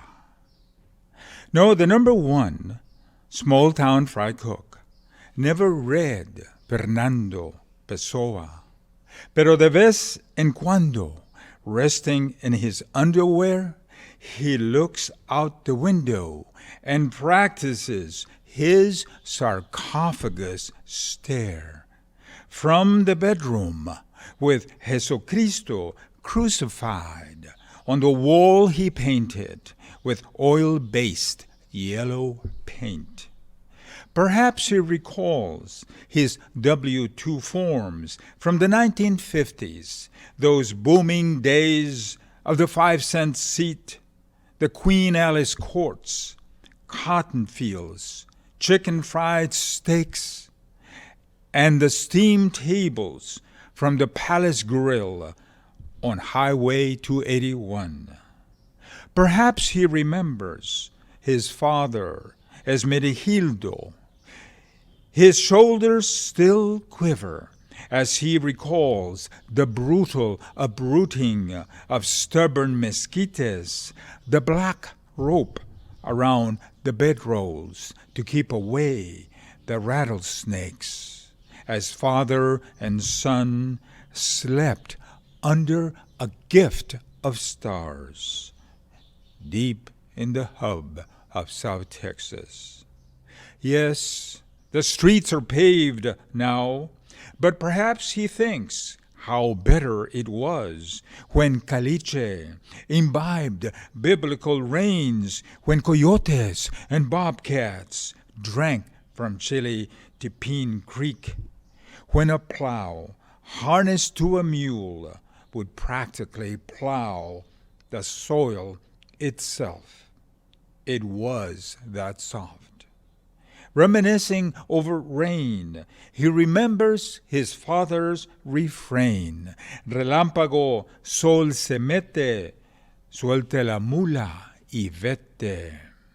The number one small-town fry cook puts on his aviation glasses, practices his sarcophagus stare, and perhaps, like Fernando Pessoa, he goes to sleep thinking how much better off he would be being an ox cart.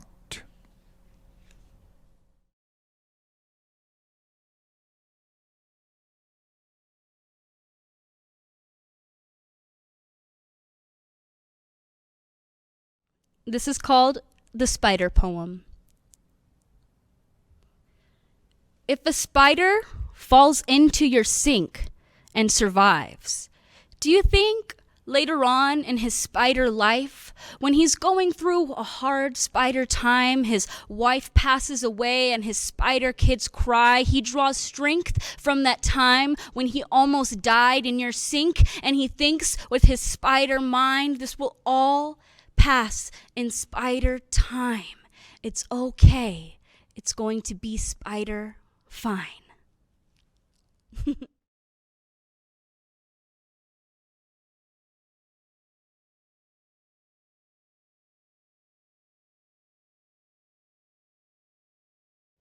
In solidarity with the brave people of the Ukraine, I've selected a poem by Ludmila Kershonska. That's L-U-Y-D-M-Y-L-A. Ludmila, K-H-E-R-O-N-E-R-S-O-N-S-K-A. Ludmila Kershonska. Her poem is The Whole Soldier Doesn't Suffer. The whole soldier doesn't suffer. It's just the legs, the arms, just blowing snow, just meager rain. The whole soldier shrugs off hurt. It's just missile systems, hail and beach, just bullets on the wing, just happiness ahead, just meteorological pogroms, Geoherostratos wannabes, just the girl with the pointer poking the map in the stomach, just thunder, lightning, just dreadful losses, just the day with a dented helmet, just God who doesn't protect.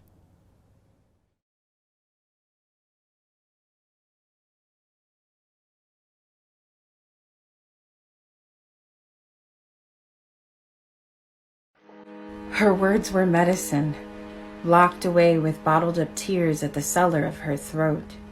She stopped drinking long ago, so dry, her tongue cracked and sore, wandering a land without rain or mercy.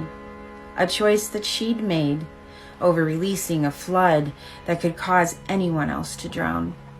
Her spirit swam inside her own tears until the day the doors released and the medicine flowed. She found that she was able to drink after years of thirst, and it took time, for her appetite was small, but she began to eat, and her voice, though weak, learned to speak. Moving on cracked knees and feet, learning to dance and to leap, she found a way back to a place where she remembered to believe that her words were medicine.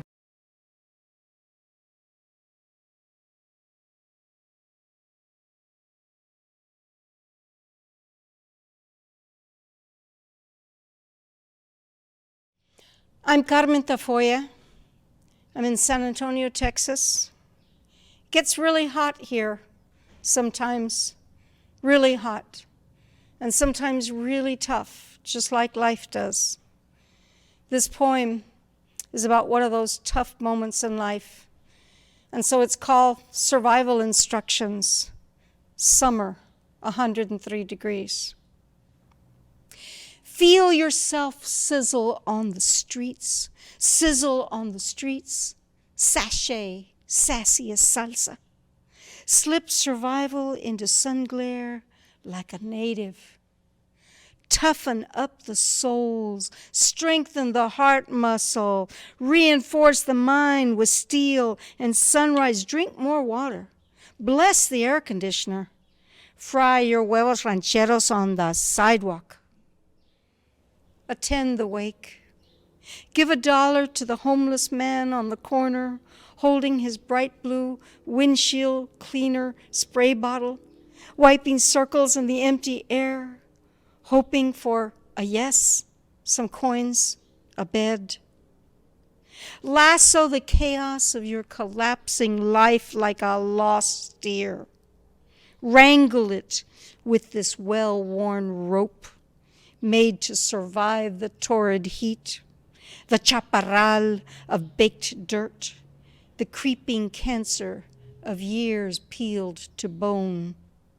Feel yourself. Sizzle on the streets. Sizzle on the streets. Sachet, sassy as salsa.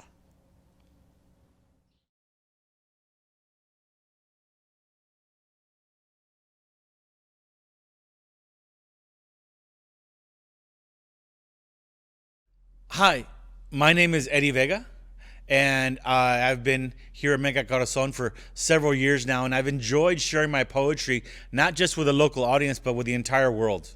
To have my words be broadcast to a worldwide audience, and it's an amazing thing to know that this barrio kid from McAllen, Texas, has his words being broadcast to people around who maybe look a little bit more like him than the audiences that were reading the books that I was reading.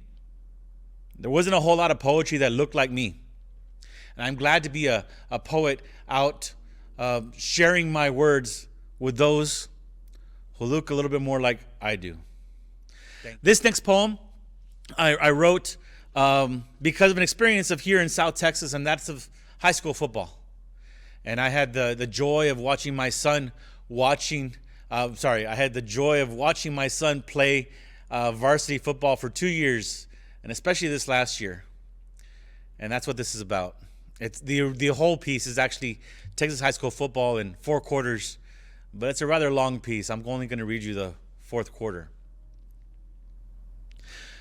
The colors as the sun sets on a Saturday in September hit the stadium, creating a backdrop to a band concert full of creative covers of the pop songs of yesteryear. They warm up for an elaborate halftime show, but first we'll tackle the land of 1,000 dances. Toms bang in the background, saxophones and sousaphones, trombones and baritones. Cheerleaders hold D's and fences painted in school colors remind me of Linda Garcia and Cindy Sanchez, who held them back when we were the sophomores that knew everything. Chants, cheers, and chismes in the bleachers. What's her name? The one with the blingy top? Was that Raymond that almost caught that? Defense, defense, defense. Let's go, Hawks. Hawk pride. What the Hawk? Talons up. Everybody do the Harlem Rumble. Hawk, yeah. The band plays, hey, hey, baby. The stands are buzzing. Kay said she was going to come by later. Thomas is thinking about Baylor. When do they take that test next? Is that next month? Come on, coach, throw the ball. And we're driving down the field, and it's 3rd and 3 on their 37, and then everything stops. Players take a knee. The band is silent. Parents pray. Then applaud as he gets up and walks off the field because we don't like our Warriors broken. The student section watches the game, faces painted, dressing in theme, feeling like this moment is the most important ever. And it is. Right now it is. Absorb this. Absorb this. Take it in. Breathe in nachos with jalapeno and metal bleachers. And we're down 17-13 with 1:28 left, but we've got the ball. Everybody's standing, and we'll never have another moment like this. There won't be another time like this. Danny never made it to the fourth quarter.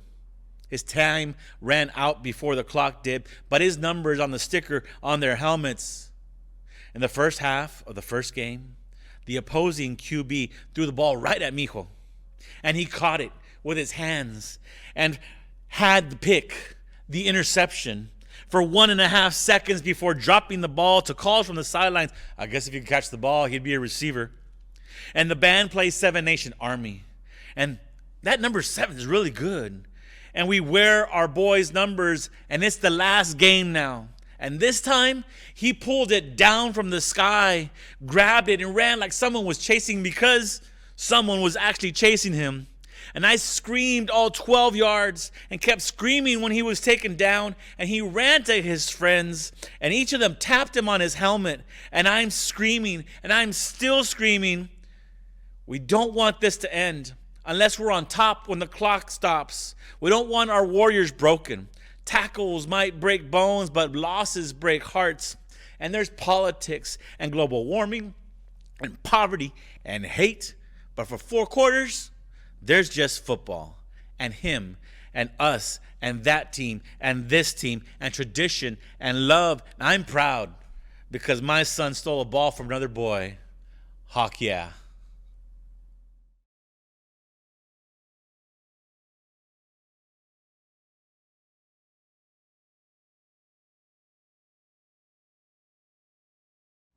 Among the poets who've written so powerfully about wars, I always think about Bertolt Brecht, who saw in the tragedy of war the presence of a kind of a mythic drama playing out about our humanity. And he always saw within the mysteries and the calumnies and insults of war the spirit of human survival. And sort of out of the time when I was reading a lot of Brecht's war-era poetry, this is a poem that emerged called Testimony.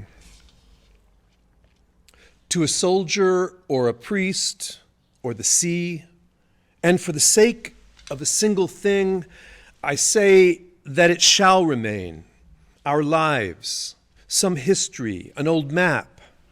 Women are beautiful, and wars, their flesh, the exquisite machinery.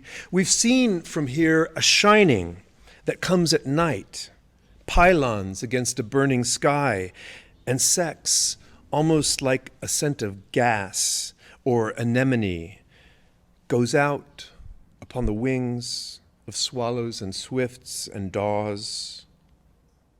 There was a parade first, a promenade of Belgians and pipers, grinning crawlers, marsupials, and ape-faced children sleepy in the sunlight. Mournful, they went along that way, trailing banners and smoke. Then came shooting, pistols wrapped hammers somewhere in the dumb-struck train. Animals fell there, and humans fell. The tyrant's plains banned the air. His eerie, fabulous garrisons darkened the chalky bluffs. Others lived in a pleasing time. Indescribable foliage rilled in loops and spirals by the gate. There was mica, iron, and diamonds, jack-eyed through the dust. The bodies of their women were shaped perfectly in the taut, thin ankles and the curve of the bending calves, womb, breasts, and face, portrayed in paintings on the walls. And their speech showed as curls or commas, yawning from open mouths, rising, twisted, musical. Years by days were graven into pitch-dark stone until the myriads dispersed to the north, to the southeast, and some who had been savage left gardens floating on a lake. We've traveled out to unmarked borders, slept in the hulls of abandoned cars. Mexicans and crowds wandered out into the streets singing, calling, powers in the wilderness, back-looking, forgetful of all things. What I saw was a world there, broke-backed, still pleading, as the sediment eased by colored lines finally into place, and coronas appeared around the poor when we scrambled out for shelter amidst ochres and bunkers at dusk.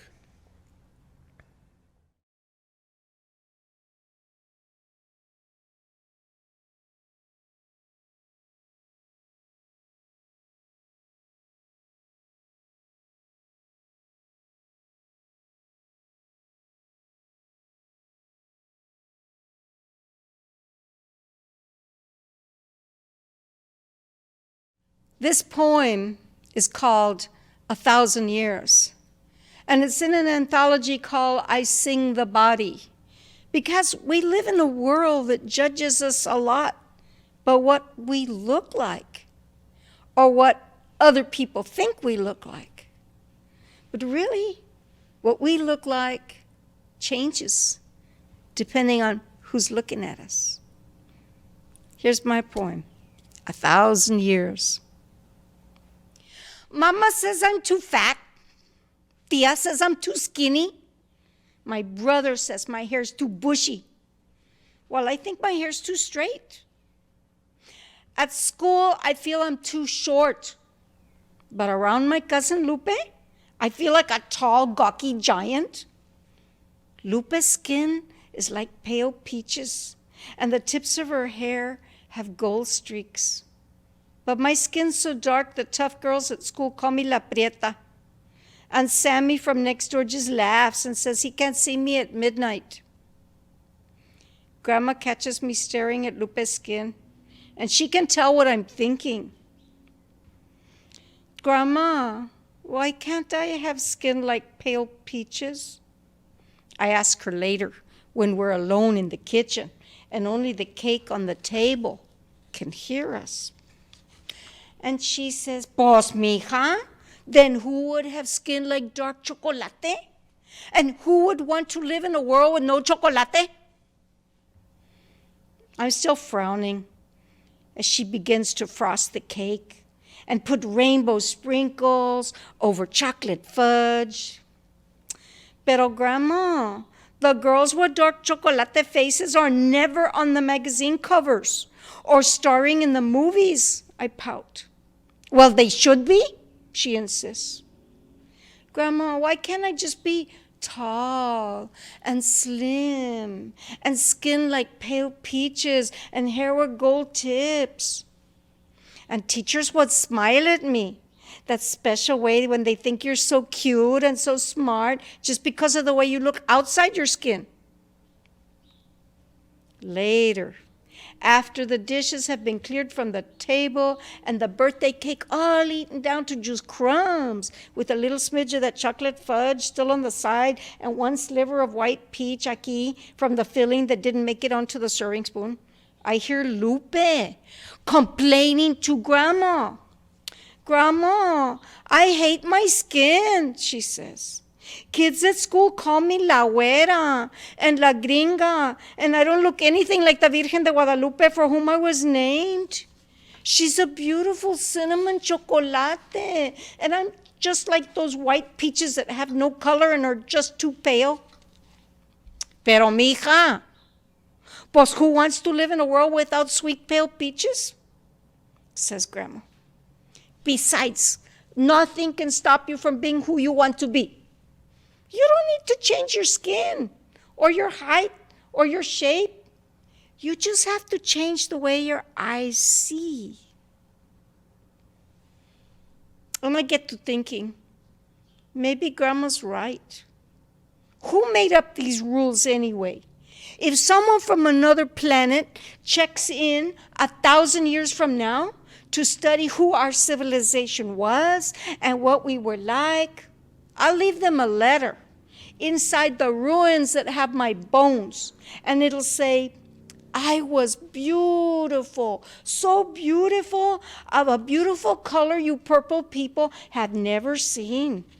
Some of us were the color of fruits, and some the color of spices. Some of us were as tall as young trees, shooting, stretching as if to the sky, and some were short and round like pearls.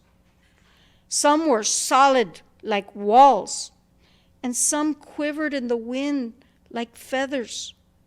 And then, magically, we would change our shapes from skinny to fat to middling, depending on who was looking at us. But we were all beautiful, all beautiful. And I was beautiful too. That's what I'd tell those Martians 1,000 years from now.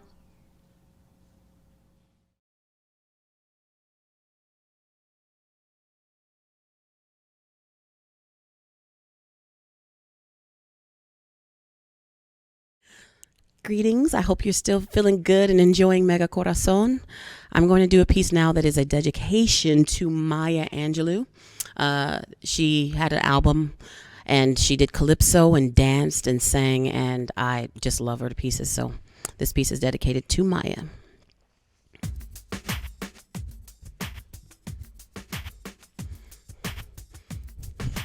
It makes me feel good that poetry makes me want to dance. I never knew God was a ventriloquist until the first time your lips parted within my range of vibration. Ribbons of prismatic beauty began flowing from your soft-spoken conversation as all the sequestered seraphim hushed from their hallelujahs and adamantly took heed. The universe inclined itself, brimming from anticipation on bended knee, thirsting for living waters to spring. You then proceeded with ancient dialogue, sung out with a contemporary citrus twist. You sat and unraveled truth from gray coils of hair, entwined within each gentle wisp. You were perched there, looking regal in your chair, sharing sacred jewels and spools of golden thread. And I began to wonder, were there mystic philosophers trapped inside of your head, whispering mantras and enchantment in glowing chromatic beads? You laid out strands and strings, bare from breath to breath, shook my soul till nothing was left but awestruck silence. Violets and blue indigos created a spectrum of Crayola colors, painted so intentional. Syllable after syllable, you let loose a rainbow, parted my cumulus clouds of ignorance. And if we could crack the sky wide open, we'd see God's mouth moving a pantomime of rhythm to your tongue and cheeks. You were his mouthpiece when the grasp of understanding was too far beyond our reach. Maya, you kept all of God's secrets until you were told to speak. You clutched his wisdoms until we heard your words, and you were commanded to teach. You were a modern-day disciple, and the arts were your medium of speech. Miss Calypso, may I call you queen? You mamboed your way into our minds, speaking the mother tongue of many lands. With a red dress shimmy, you became the saffron in the summer breeze, the coconut milk in our rice and peas, the effervescent pooling of water stirred in the belly of gospel. Your impact on literature is so colossal. History pages will forever whisper your name as an apostle of prose, of lyric, and of psalm. From the heavens to the earth, your legacy lives on. You live on.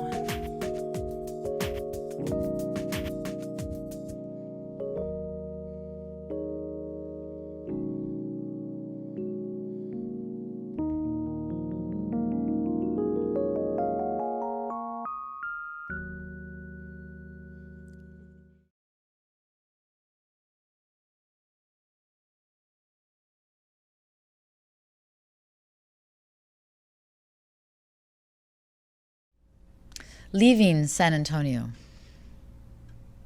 I will leave San Antonio in the middle of the night.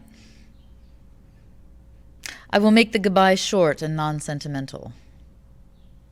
No thoughts of this place as my home. No thoughts of my mother or my grandmother. No, not one. But rather, it will be as if you called me from the wetlands of a South Texas mission to finally break the silence of your meditation and prayer. And you tell me, come to me, my love. Come, right now. And there will be no other choice but for me to leave. Yes, it will be like that.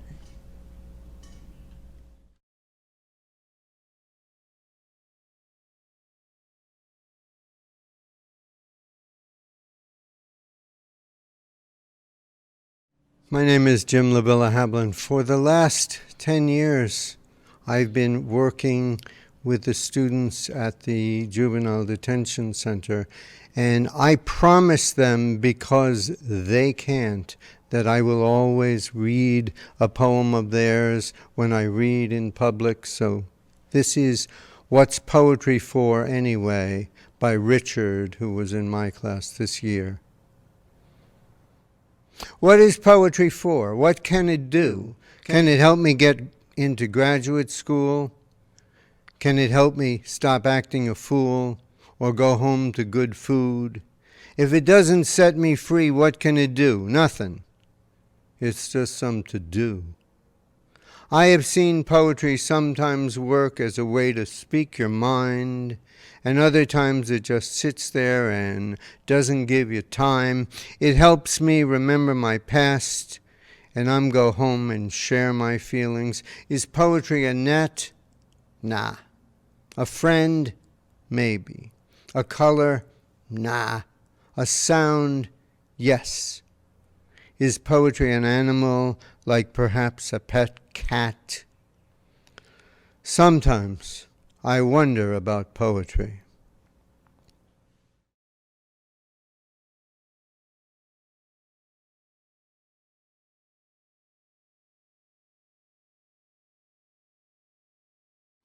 Hello, this is one of my newest poems, and it's actually still in the works because I believe that it's going to become and something else. It's going to keep on evolving.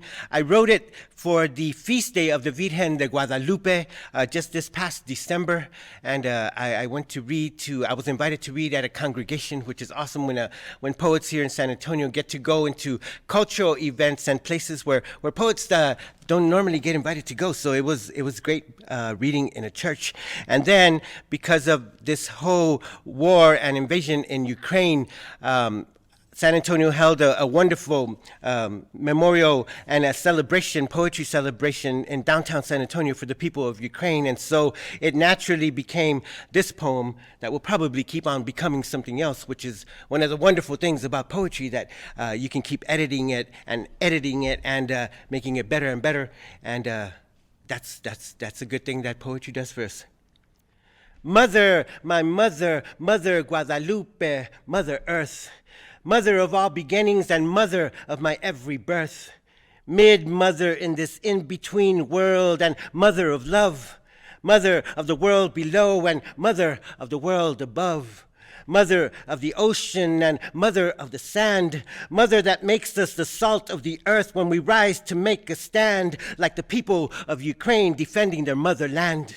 Sweet mother of every everlasting sister and brother, mother of me and mother of you, and mother of every beloved other. Madre mía y madre tuya y madre de todos, dulce esperanza que nos espera en nuestra batalla contra la guerra. Mother, my mother, Mother Guadalupe, Mother Earth, mother of light and illuminated worth, mother of benevolent brilliance and mother of brave resilience. Star mother, moon mother, sky mother, mother who grounds us and holds us in her breath like seeds and syllables when we most need to speak, when we most cannot speak, when we are too scared to speak. Mother who named us, mother who calls us, mother who sings in the ring of our voice. Mother of refugee children on the run out of dark sorrow into the embrace of the singing sun. Mother who held us, mother who cradles us, mother who will forever rock us in the crescent care of her arms. Mother, my mother, Mother Guadalupe, Mother Earth, mother of words and the story we are, mother of dream lullabies that roll like the waves of the sea, reminding us of the harmony and the music we are meant to be. Mother who made our blood to beat, mother who crushes the head of fear and fearful bombs in tanks beneath her feet, mother who heard our cosmic hunger and gave us ambrosial life to eat. We show you our hands like a mirror. We show you our heart like a reflection in eternal water. We show you our soul so that you will recognize our face in every time and place and always know that we are yours. We gather our words to poet and pray and to promise our deeds to seal what we say for the people of Ukraine today. We sing in their name with spirits that feel and hurt and want and need and sound exactly the same. And as we try to look into their distant eyes so far away, may we dare to stare into the gaze of all our human freedoms impending death now and at the hour of our every breath. Amen. Amen. Amen.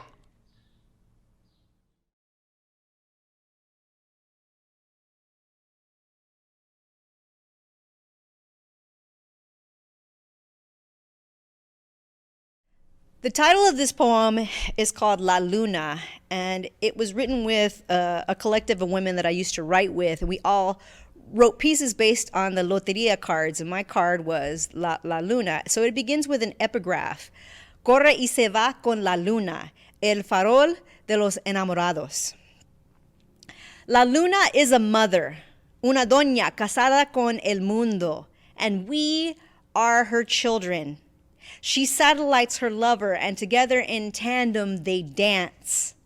La Señora Luna, queen of the night sky, only you dare to eclipse the macho blaze of El Sol, the harsh and distant sun, who commands all eyes to look away, while you invite long evenings of gazing into your yellow welcome, Madre Luna, childbirth goddess, mother of cycles. You command the waves to wax and wane, the wolves to sing, the Romany to sway, and the lovers to fall, and the poets to dream. Doña Luna, comadre to all mujeres who understand you as only mujeres can, synchronous to our rotations. Whatever your appearance, a shoe, a smile, a sleepy eye, or a silver coin in the sky, whatever your appearance, proud moon, you remind us we are always whole. I talk to you when I am lonely in the dark, beg for your guidance, cry my orphan worries to your sympathetic ear. I stare into your full belly and beg for your fruit. Señora Luna, give me your counsel. How do I proceed as consistently as you? Some believe you make us all crazier at times, but whose mother doesn't? Grand lady, loyal companion, La Luna is a mother, waiting unseen through our days, kissing our night paths into silver bliss, ever present, watching over us, her children.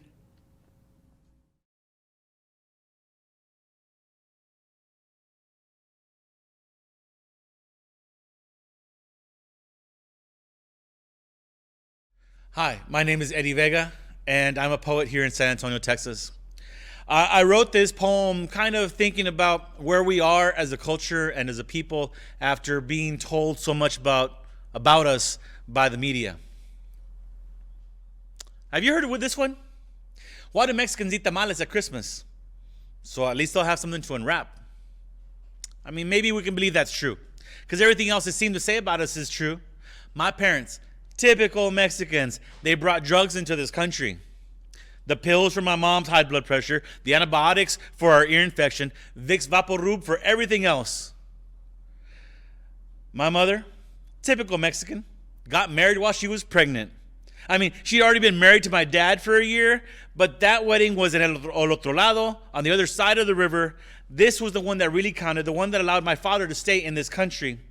My father, typical Mexican, came here with nothing except an education and some teaching credentials that were honored about as much as a white man honors any treaty. Mi familia, typical Mexicans. We went on food stamps, but my father couldn't handle it. So like a typical Mexican, he left us every morning to go work long hours for little pay. My father, typical Mexican, stole his job from an American. I mean, maybe it was another Mexican. Or he took a job that was there, and how can you really take something that was never anybody's in the first place? My dad became a U.S. citizen, and like a typical Mexican, he was afraid that someone would ask him for proof, so he carried that certificate in a brown envelope, and sometimes he still does. The envelope protects his papers, but the papers protect him.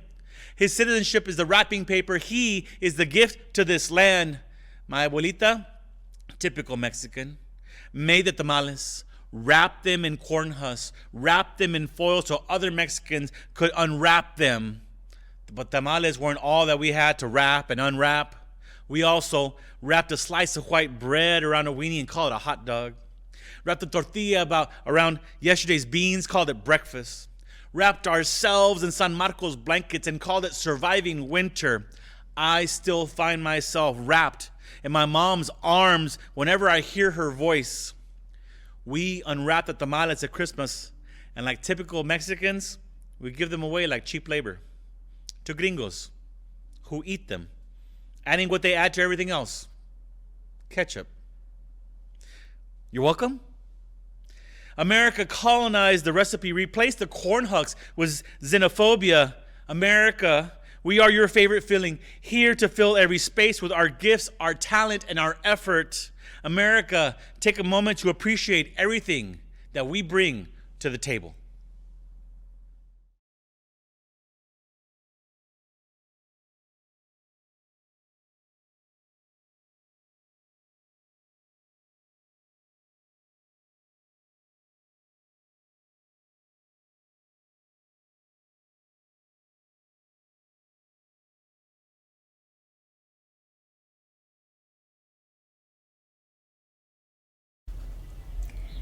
A precious memory, Azra's earliest at 3.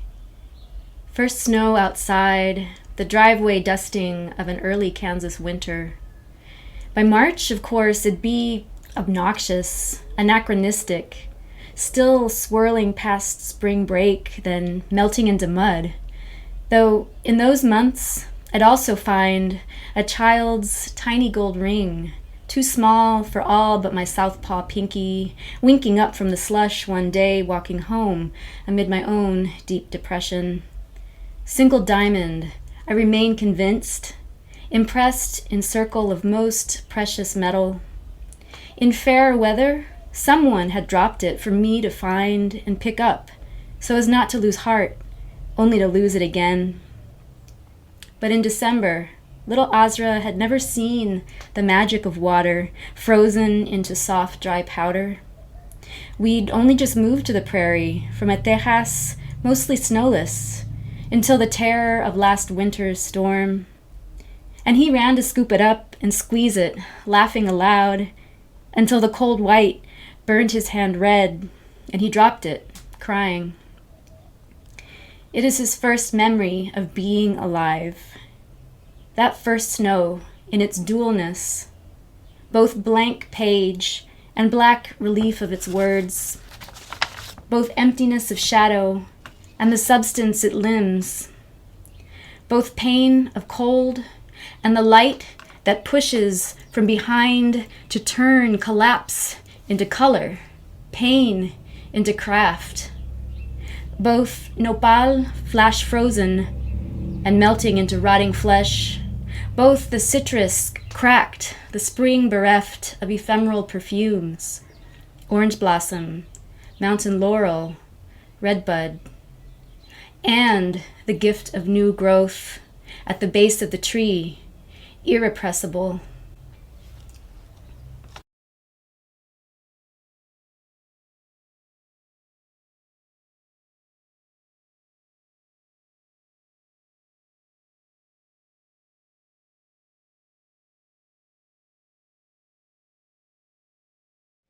Hi, I'm Carmen Tafolla. I'm coming to you from San Antonio, Texas. And I want to say something about the time period we're in, when we've got world solidarity with Ukraine, as people are being ripped from their homes, ripped from their families, from their safety, from everything they've had to leave behind, their neighbors, their memories. I can't even imagine what it would be like to say goodbye to a town that I'd grown up in, that my grandparents and their grandparents had grown up in, and not know if I would ever be back, or what it would look like, or if I would ever see anybody again from my family there. It's a horrible thing to rip people out and turn them into refugees. And the only difference between you and me and a refugee is luck, because any of us can be in that position. But I want people to remember that it's not just about Ukraine, that just a few years back, it was Syrians trying to get into Poland, and they were left out. They weren't welcomed. And just a few years back, and still today, it's South Americans and Central Americans and Mexicans at the border to the United States, begging to come in for safety, to save their lives, their families' lives, to give their children a chance at a future. And sometimes refugees are welcomed, and sometimes they're locked in cages and separated from the families that they've managed to stay with this far. So I want us to have a big view on this, and I want us to think about what happens with aggression, what happens with violence, and when people are kept from staying or from moving on this planet that belongs to all of us. I'd like to share a poem by Colleen Morton Bush. It's in a collection called Poets Against the War by the great late Sam Hamill. And it's about this whole experience of what happens when wars and bombing and violence occur to a community. The poem is called Belief. They don't want to go anywhere. They say they only want peace. women who sift mortar through thinned fingers like flour. The only sun, the cellar's fire, beating bread into bricks. I hardly knew you. 3 women sitting with médoc and bread between your knees. The one with cropped brown hair that fell to the side and followed the smooth slope of the brow told me about your country in a voice soft like milk going down, firming the bones from inside. You leaned into one another with the purpose of flowers folding out of a clear vase, your legs, stems curled around glass edges and swept to the side, your fingers, petals, pale as water. My loved and forgotten faces, gunfire blasts the hospital and workers lift a body from the ground. Your country's in the news. Your men lift their guns, lift each other into trucks big enough for the dead, and your arms must rise above a lover who bleeds, looks at your face the last time, and believes your bare skin on the green grass could save him.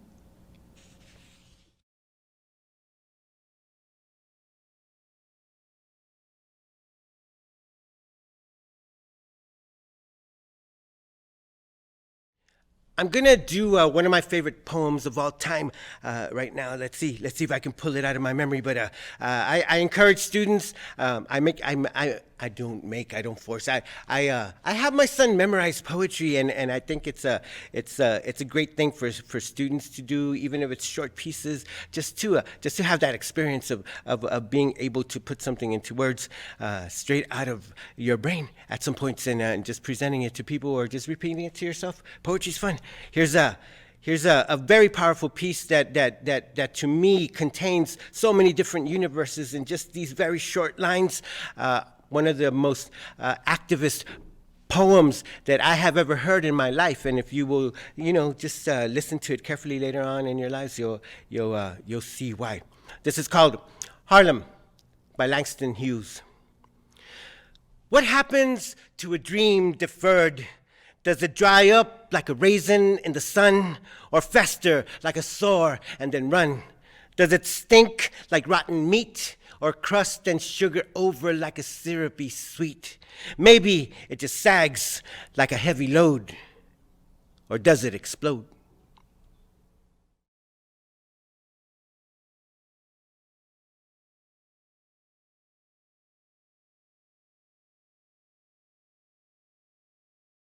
My new chapbook, which is coming from Moonstone Press in Philadelphia this year, is called Tales from the Breakaway Republic, and it seems oddly very appropriate given everything that's happened with the Ukraine. So I want to read 3 very short sections. The whole book is written in these short pieces about a mythical breakaway republic that doesn't sound so mythical. The book begins with, go back to where it began. It began before it began with an us and a them, all on a beautiful morning.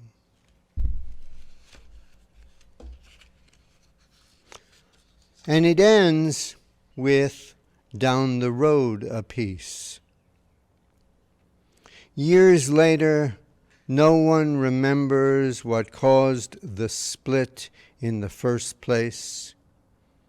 There is so much that each share, calls for reunification, grow. The old combatants die off. Tales from a Breakaway Republic, coming soon from Moonstone Publications. Thank you.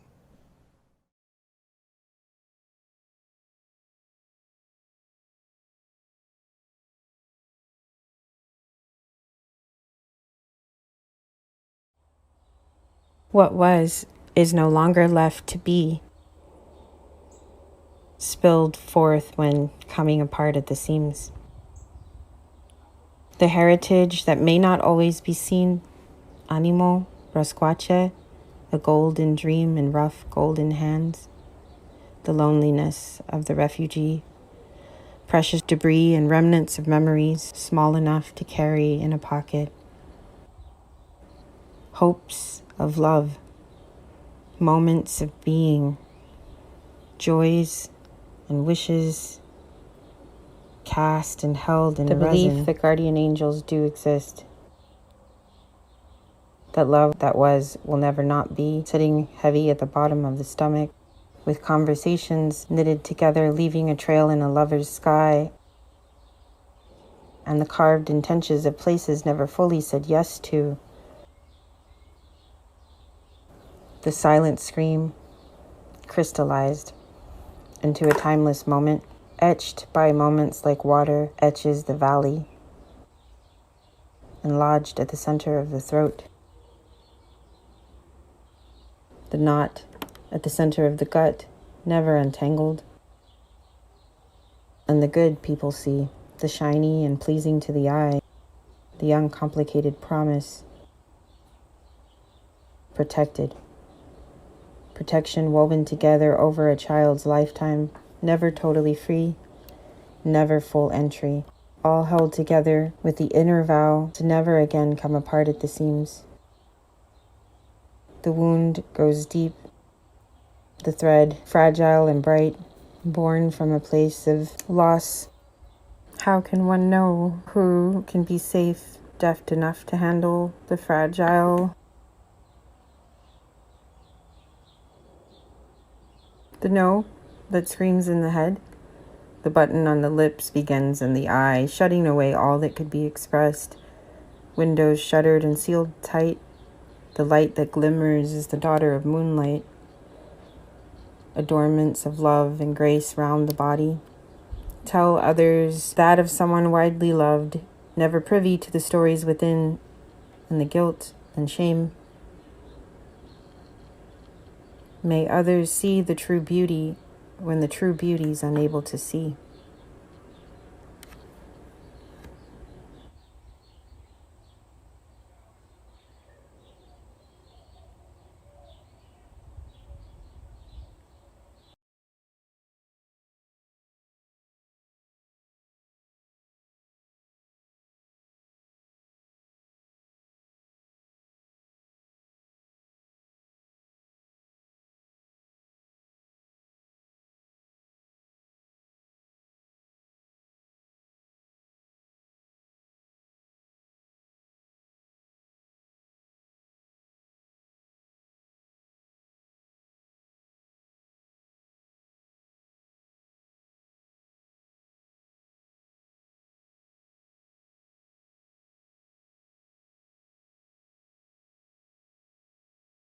Hello, writers.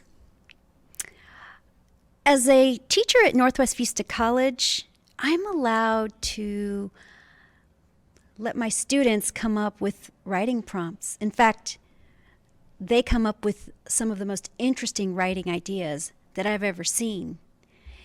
And so I encourage you to create your own writing prompts with the questions that you have, or just let the world surprise you. Like this one here. This is a poem called Classroom Meltdown.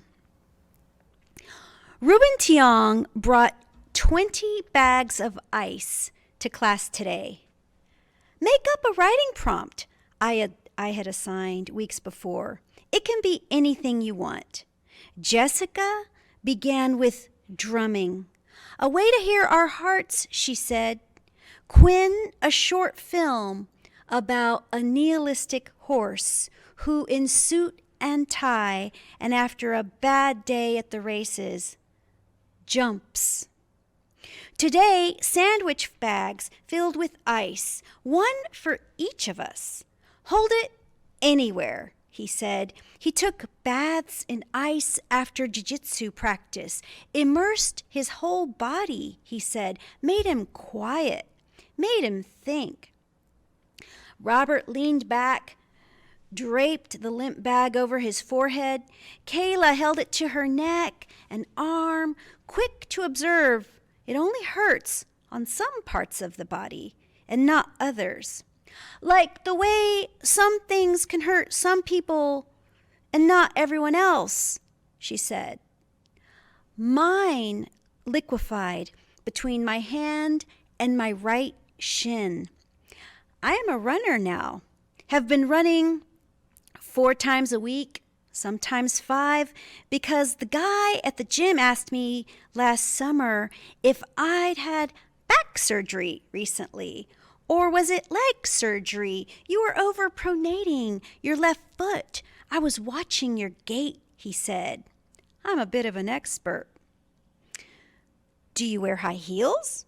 No, I said, no, never. I quit the gym. Took me months to finish a half-mile run on my own after that. Have been running for months now. For years, actually. Running out of ideas.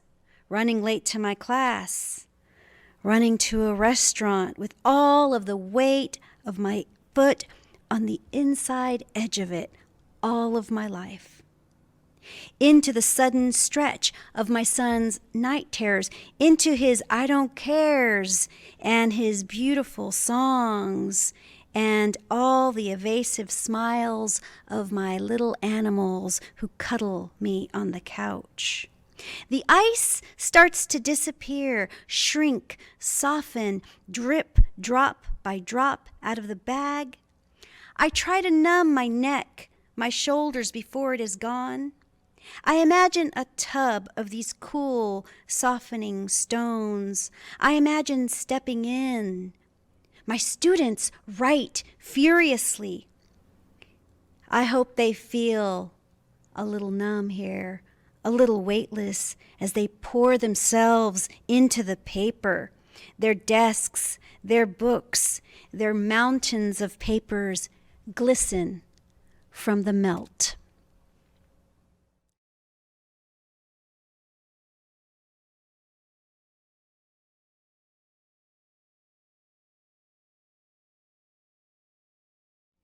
Hi, I'm Carmen Tafolla. I'm a writer, and we writers have very, very distinct weapons. One of the weapons we use most is words, language. Believe it or not, language can be very controversial.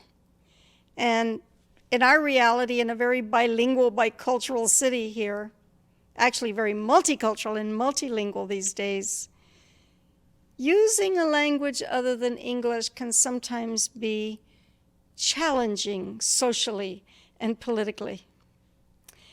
I grew up with a native language that we called Tex-Mex.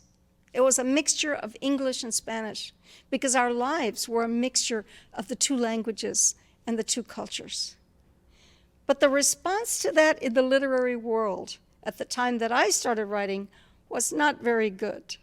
In fact, at the time I started writing, it was against state law to even speak a language other than English on school grounds, and we were punished for it, physically, emotionally, and especially being humiliated as inferior for not speaking in just one language and making that one language English. But we live in a world that has so many beautiful languages and so many beautiful cultures that those languages represent.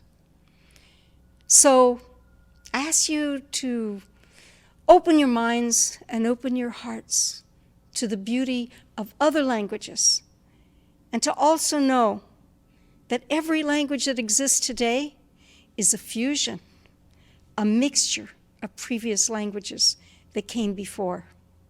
So in a way, maybe we're all speaking Tex-Mex. This poem is called Write in One Language, which is also the first line of the poem, except that in the title, it's right as in correct. And in the first line, it's write with a W, as in writing on paper. Write in one language. Write in one language, they say, and agents sit and glare hairy brows over foreign words and almost trying hope say, it's not French, is it? But it isn't, nor is my mind. When I try tight, clean line, manicured to be like Leave It to Beaver's house, straight sidewalk, so square hedges, and if there's one on this side, there's also one on that, equally paced, placed, spaced, controlled. You seem to lose control of the line. In this one, he says, it all explodes.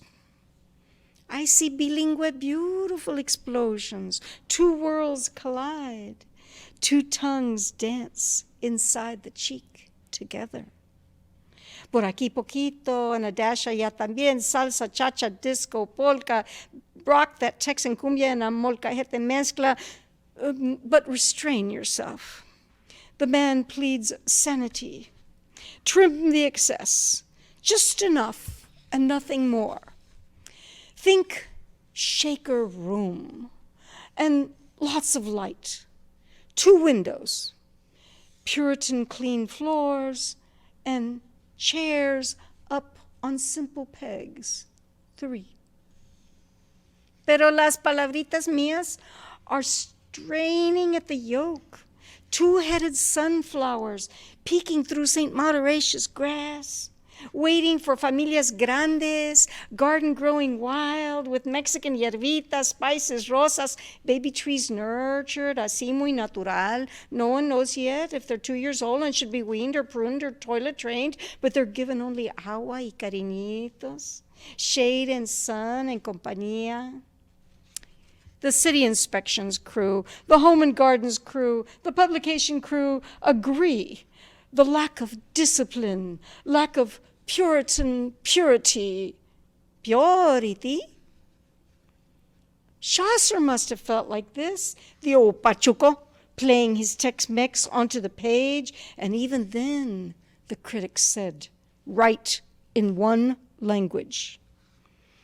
But when he pondered all that cleanness so controlled, forms halved, he just could not deny his own familia, primos from both sides, weeds that like to crawl over sidewalks, pa juntarse, visit, stretch out comfy, natural and lusty, hybrid wealth, and told them it was just because he was undisciplined, unpolished, and did not know how to make love with just one person in the room or on the page.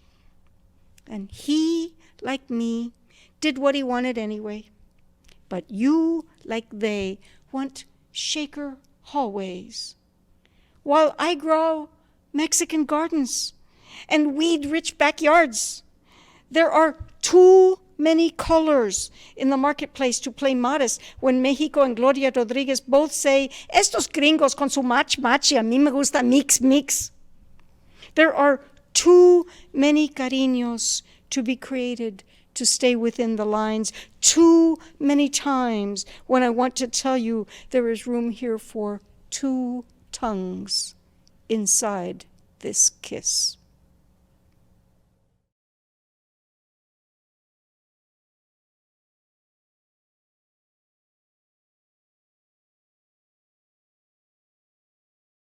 Hi, I'm Marisol Cortez, and I'll just give you a little bit of backdrop on this poem. This is a poem that I wrote in November 2020, kind of on the eve of the last presidential election. And it was a poem that kind of it was one of those poems that it's like a primal scream. It just like came out of me whole in one piece. At that time, of course, in addition to the election, we were at a really bad point in the pandemic, right? The vaccines hadn't come out yet.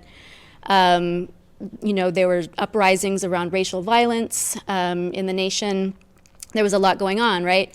And so this poem kind of comes out of that moment. But it also comes out of another one of the origins of the poem, a conversation that I had with my older child a couple of years ago. When he started middle school, he kind of started to have some reservations about saying the Pledge of Allegiance. And in that conversation, I was telling him, well, you know, that's okay. Like, you don't have to say the Pledge of Allegiance. At a certain point, I stopped, right? You know, whatever problematic things about this country, that's a really great thing about this country, is that we have that freedom not to have to say it if we don't want to. And so I kind of, and he asked me at that time, well, what do you pledge allegiance to? And I think I had said something like Mother Earth or something like that. But I kind of filed his question away at the back of my head. And then it came back, like in this moment, in November 2020. And so this is a poem called Loyalty Oath, Dia de los Muertos, November 2020. I pledge allegiance to birds and black birders. I pledge allegiance to sea turtles and silly gulls. I pledge allegiance to yard sales, plate sales, voguing, ancient foraging circuits, nuez, tuna, nopal, yuca, all the gifts of this land we once wandered, not lost like cabeza de vaca, but logically, seasonally, ecologically moving. I pledge allegiance to dewberries growing on the banks of the lake the Army Corps made from dammed up river, and the red hornets who live there too, whose protective sting to my brow while foraging sends me reeling, falling backwards with the force of a strike. I pledge allegiance to sacred springs. I pledge allegiance to every wetland and swamp that hid runaway slaves and native boarding school children. May every effort to drain you fail.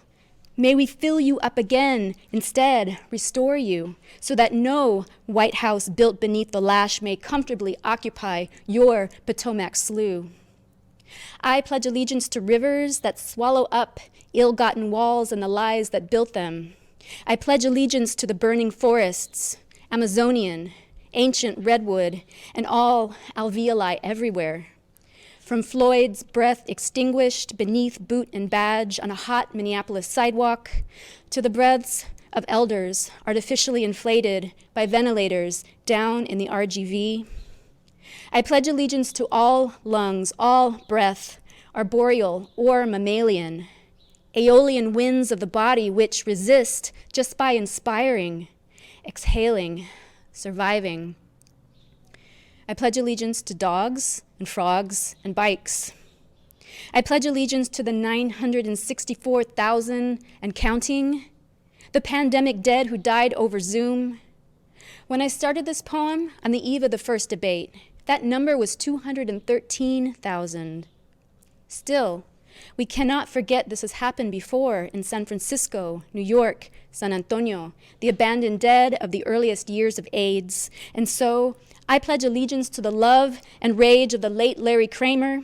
I pledge allegiance to trans kids and gay TikTok, to the schizophrenic homeless on the back stoop of Starbucks, to the red-tailed hawks that swirl over downtown despite the disappearances of development and redevelopment.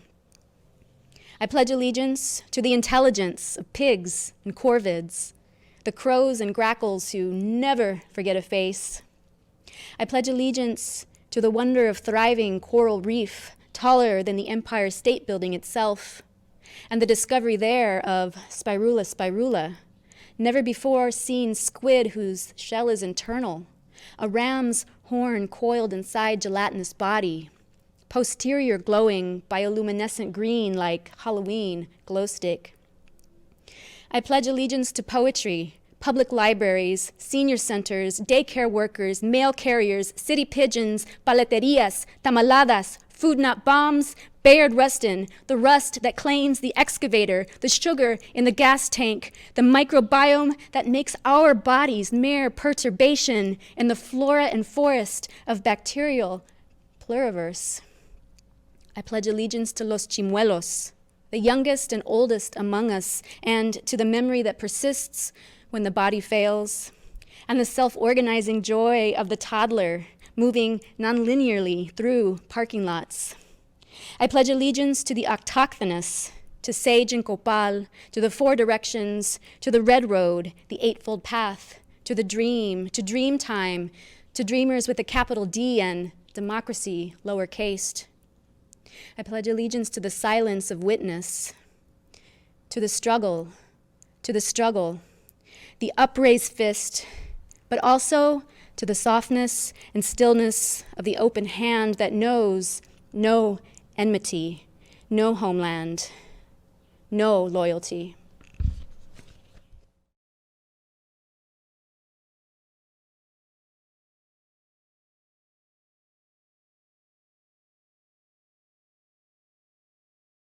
Hello. The poems that I read and write out in public are inspired by a lot of my students. I just finished I started my 9th year of serving as a judge for the San Antonio Public Library's Young Pegasus Poetry Contest for little kids and older students. And it's the longest running, ongoing contest for poetry for youth in the entire country. This is its 95th year. So I read a bunch of, like hundreds, thousands some years, poems by small little kids and older kids that just keep me having fun when I myself come back to writing poetry. And I wrote this as one of those pieces inspired by the cool and crazy words of youngsters in our city. I presented this at a Dia de los Muertos event here in town, and people loved it. I just thought it was a crazy piece. This is called El Cucuy is Gonna Get You. You're gonna hear these words even though they might upset you. El Cucuy is gonna get you. You ate all the cookies even though your parents didn't let you. Pues el cucuy is gonna get you. You were supposed to go to bed, but when they checked, you weren't where they set you. Oh, la cucuy is gonna get you. You didn't want to get in trouble, so you lied. Yes, I bet you. Pues el cucuy, he's gonna get you. You've been a butthead to your friends ever since they met you. El cucuy is gonna get you. No one else remembers all the bad things that you did, but there's a certain someone who won't forget you. It's El Cucuy, and he's gonna get you. You didn't get away with it, even though they didn't catch you. Yes, El Cucuy is gonna get you.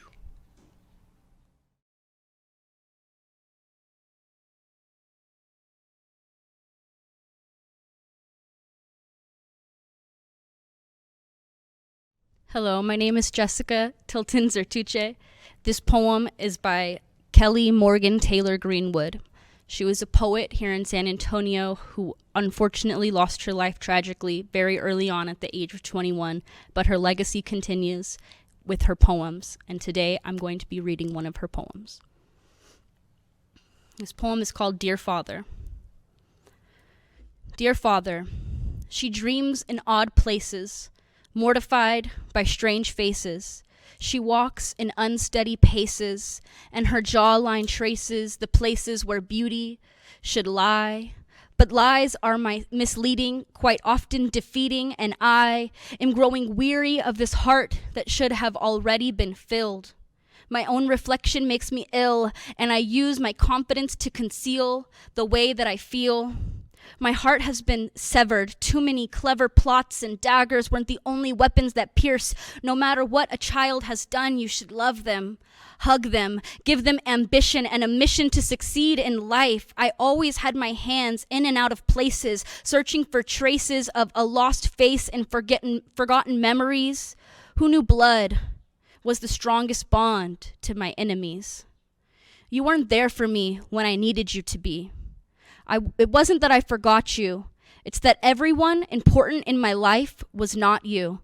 You left me when I needed you most, but you would rather surf the West Coast than waste your time in my presence, and I will never understand why my own father didn't want me. It haunts me my every waking moment and almost always in my dreams. I am the abandoned child pushed out into the sea of baskets in the reeds.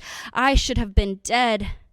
And I don't know how many times I've wished it upon myself, death, D-E-A-T-H. I searched for the aid that could fade the pain. I let pills in. I let sticky green help me to find my identity. But he took me to his friends instead. Alcohol and blades with sharp ends. I sliced my skin, hoping there would be some way to drain him from my blood, hoping there was some way to chip away the DNA that linked him to me, my own kin, betrayed I played pretend.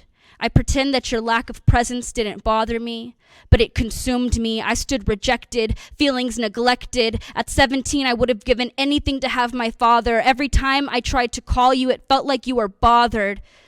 I mean, you kept my brothers. What was wrong with me? Is there some sort of defect that I couldn't see? Because I've been trying to figure out, though I seriously doubt you know yourself. And you should be ashamed because I am perfect. Every graduation ceremony, meeting, show, competition, game, I wish you could have made, though your seat remained saved, it also remained empty. And I'm just so tired of waiting for you to want me. I know they say anything is possible, but why would I want to live without my father? I could be your daughter. There are 365 days in every single year that you should have been assuming your position. And I know it's been hard living, but the sky is blue and the sun is bright hot. So I'm just waiting for the day when you'll fill my want.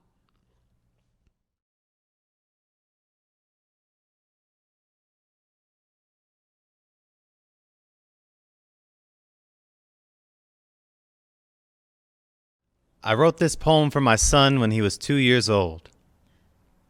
To my son. You are my sunshine, my only sunshine. You make me happy when skies are gray. My son, it is cliche to say my world revolves around you, but let this be a reminder of the fire you sparked in my life. Similar to the solar, this flare cannot be compared because you create silhouettes with your echoes of your presence, my son. Your brilliance is happening because you are the reason for this growth, this blooming from a boy to a man, converting your light into understanding, psychological photosynthesis. It is cliche to say that you are the center of my galaxy, but my love for you is dense, and you may never comprehend the capacity of sacrifice that I would endure to make you feel secure, safe, understood.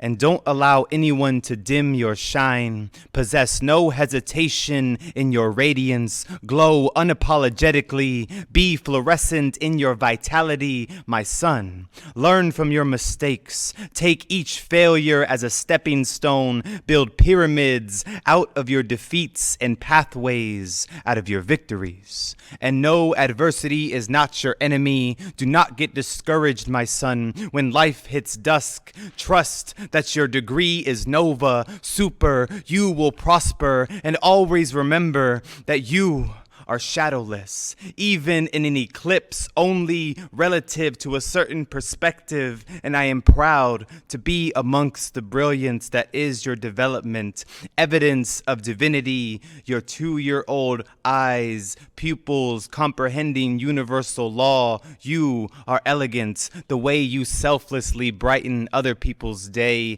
naturally warming hearts of strangers. You see, because your gravity is what keeps me centered, keeps me stable. Without you, I would be drifting endlessly in a void of space, no purpose, because you have changed the projection of my orbit. Now this revolution has meaning. My son, you are the reason for this evolution. And one day you will expand, and I will be absorbed into your brilliance. A metaphor not only for a legacy to live on, but for how much I am willing to sacrifice, how much I am willing to give to you to show you the magnitude of your existence. So this is for you, my son. May you always feel the warmth of my love.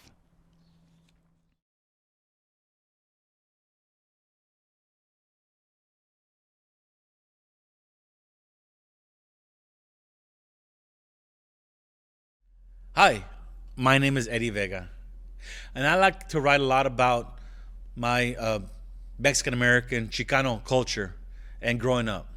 I'm actually working on a poetic memoir of sorts, and this poem is part of that. It's my experience in junior high, middle school as they call it these days.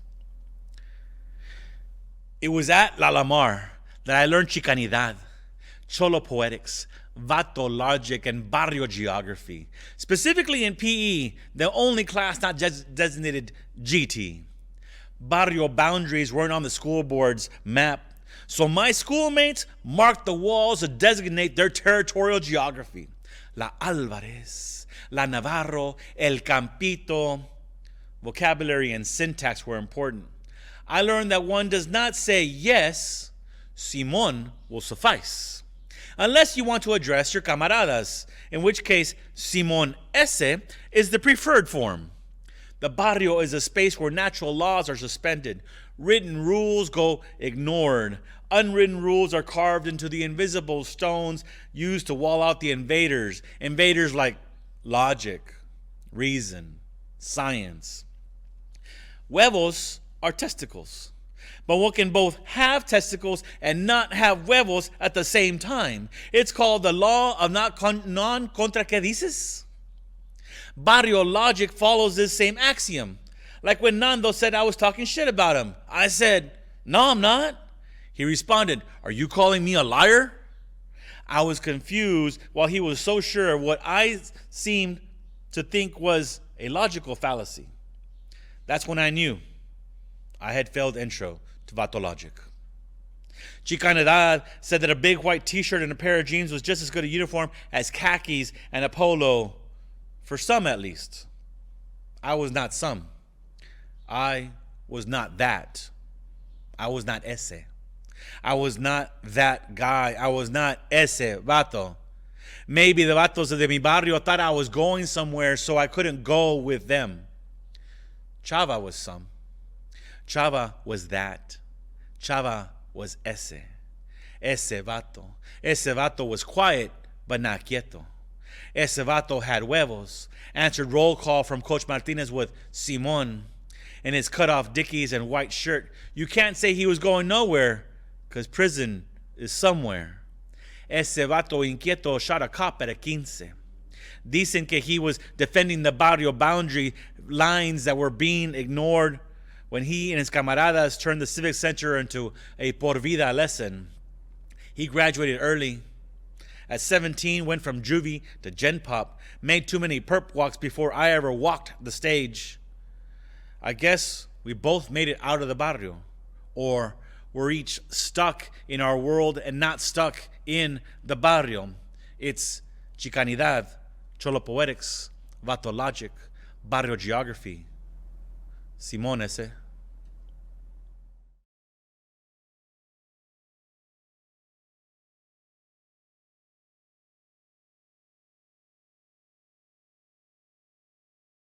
Once awake. In the black and white photograph, she falls into his body, her arms around him like lace. The last kiss is caught before the months that will follow. She will clean up the cluttered drawers, attempt unfinished manuscripts, poems started and left unstrung, tiny words turned to ash. She will wake from a light sleep because she dreamed that her plans had changed, that she was falling. She dreamed she heard a poet's voice during the blood moon eclipse, whispering to her about ochre and zinc oxides, lost caves of what was once their Iberian home. She will remember the dark theater, how he laughed when lightning struck as ribbons of rain came down. In the months that follow, she will remember lightning and laughter. In the black and white photograph, it is as if eyes shut tight made leaving impossible, as if she could feed forever on skin and breath and bones.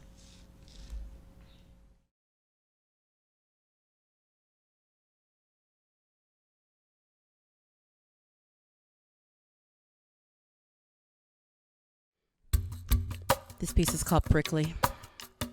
Have you ever tried to love someone that was very difficult to love? Yeah. Prickly passion penetrates pretty epidermis. She keeps posturing her spine to receive this thistle and thorny embrace. She doesn't perceive the hostility with which it comes, pressing so fervently into her flesh. She is obliviously loving, recklessly and relentlessly loving. She sacrificed herself with scarlet blood, hugging her curves, trickling to the desert sand mixed with the moisture of her passion. This love hurts so good grief. She wonders why she is suddenly weak, wonders why she is punctured and paralyzed to the point of immobility. It seems she didn't recognize the sharp, didn't discern the blades. She was too confused and focused on the lush. She was looking past the damaging daggers to the shade of smoothness on her lover's skin. She kept reaching for the flowering bud. She kept seeking petals and stem, so much so that she made her body bend to every needle point that came pushing in. Silly woman didn't realize that cacti have no heart. Silly woman couldn't comprehend that her copious watering was unwanted and not needed for this prickly plant to grow. Yet and still, she loved it so. I tried to water your seed, but all that grew was prickly leaves. When I tried to touch you, when I tried to hug you, all you did was cut me off, bleeding just to know you. And when you let your thorns grow in, pressing up beneath my skin, you didn't know how to let the love out. You only let that pain in. And now I'm begging for water. In our drought, thought you'd never take my love. So disheveled, and I need to water myself. No warning shots, just thorn of thought and bleeding profusely. No blood clots, I'm not saying that you used me, but have you ever hugged a porcupine? Have you ever pulled a quill from your spine? And I can read these warning signs so loud and clear. The red is flashing stop whenever you are near. And I'm heading for the walls and the barricades. Love cuts me deep, just like blade, just like a blade. Oh, how you pierce me. Oh, how you pierce me. So fiercely, how you pierce me. I tried to water this seed, and all I do is bleed. Yeah. 'Cause you're so prickly. You're so prickly.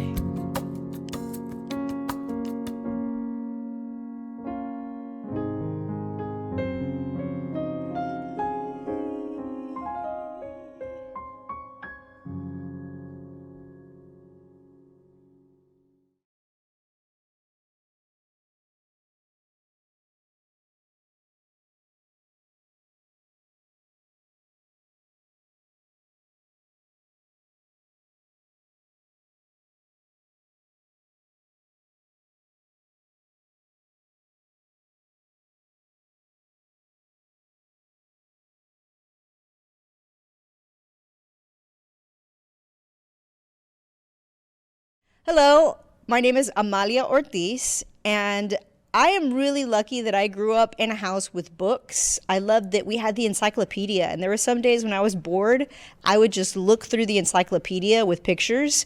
And I don't know, I think about Wikipedia, and it doesn't have the same feeling as holding a book that has all of these exciting pictures and you can turn pages. But I also grew up in a house of storytellers, and I remember hearing both, I think from a tia and my grandmother told me the story of the devil at the dance. And that was a story that parents would tell their children so that they would learn to obey, that children should not just do whatever they want, especially if a parent says no, they shouldn't do it. So that story is a young girl wants to go to the dance. Her parents say no, so she sneaks out of a window, and at the dance, she dances with the most handsome man there, but then she looks down, and she discovers it's the devil because he has a hoof and a claw. And I think that definitely in South Texas, when people tell that story, it's always a specific place. Like it happened in my hometown, it happened at that cantina. And I remember a specific cantina in La Feria, where I grew up, La Feria, Texas, where my family said that's where the little girl saw the devil at the dance. And so this was my version of it. And it's especially if you grew up in a house of storytellers, I encourage you to write those stories down, and you can write them with your own flair, your own ending. And so this is my story. It's pretty short, but Devil at the Dance. Her papa taught her to never look down. A good dancer engages her partner's gaze, or trustfully rests an ear on a strong shoulder. So by the time she finally noticed the hoof, the claw, tearing up the floor where shiny boots should be, it was too late. She was already in love.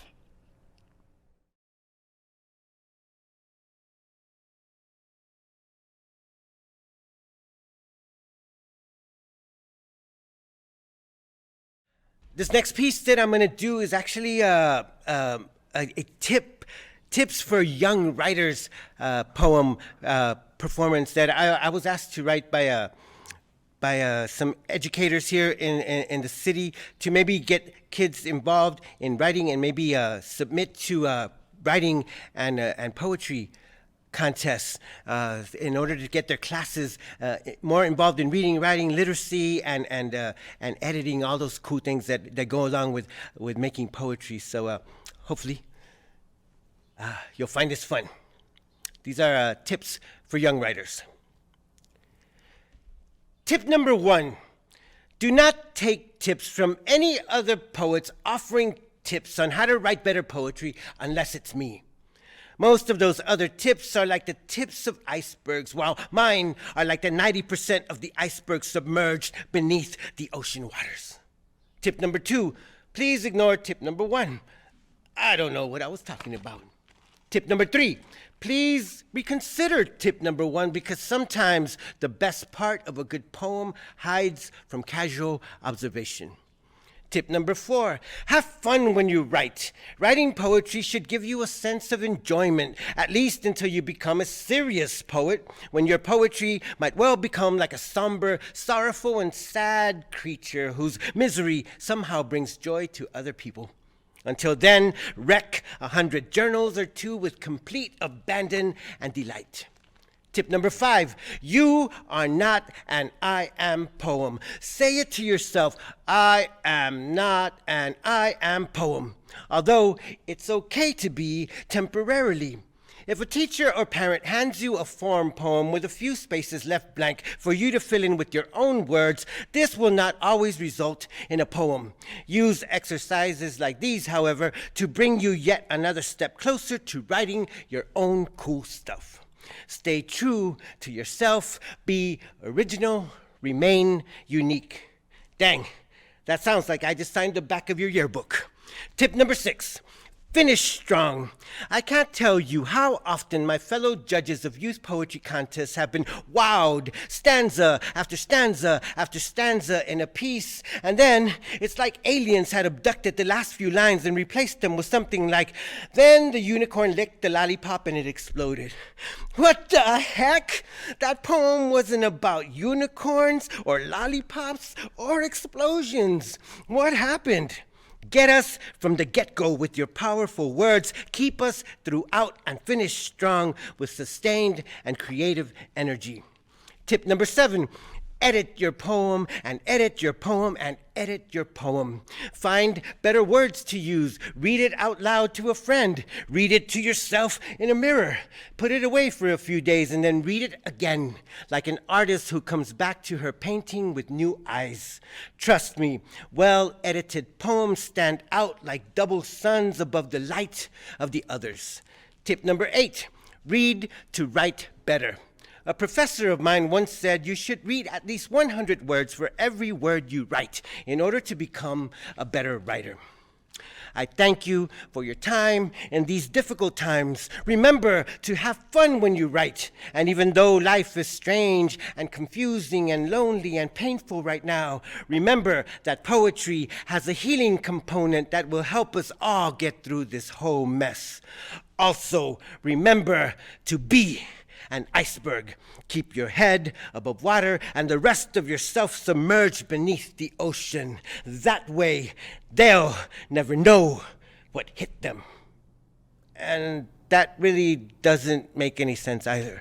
Iceberg. Maybe I was just thinking about lettuce.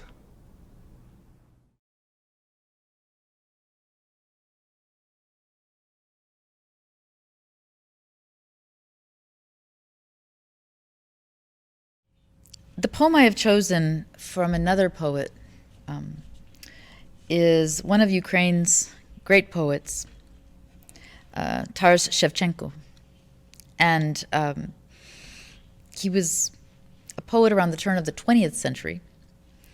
And he kind of was in this interesting world of, in terms of writing, between very traditional writing, sort of old-fashioned, sort of Victorian type writing, which I think he was considered old-fashioned even in the 1890s. It's like, wow, that's really old-fashioned. And then moving into the world of sort of modern, more fragmented, more free verse styles that used off-rhyme, which is a wonderful form of that time, especially in the early 1900s. And this was also around the time of Ukrainian nationalism. And this poem is called Testament by Taras Shevchenko.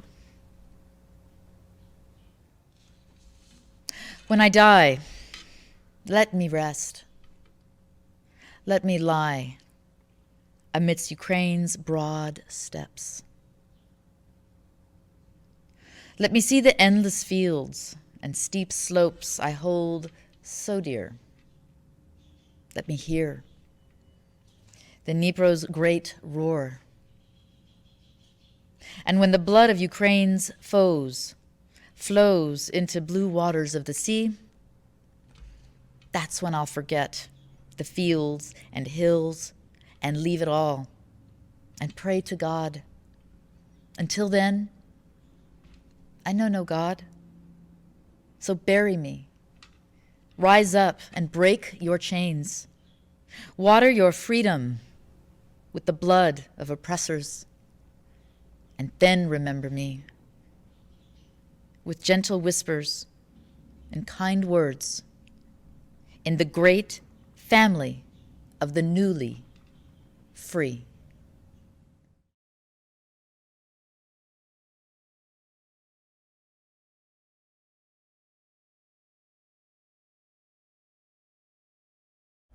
This is a poem from my maternal grandparents, my mom's folks, and it's called Cosmos.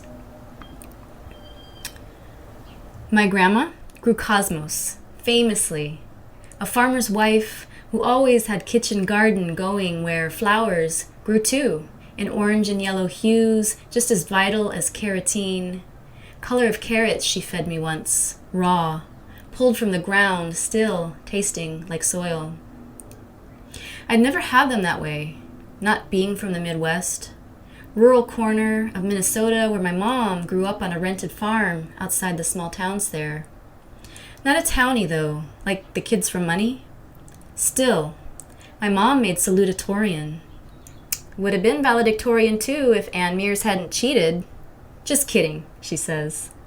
And that was how she got to go to college where she did meet some man and drop out to marry, just like my grandma said she would if she bothered with college.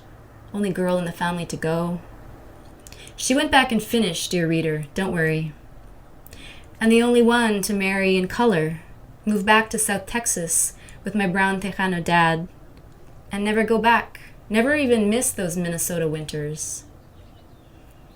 Minnesota is Minnesota in Dakota Sioux, meaning land where the waters reflect the skies.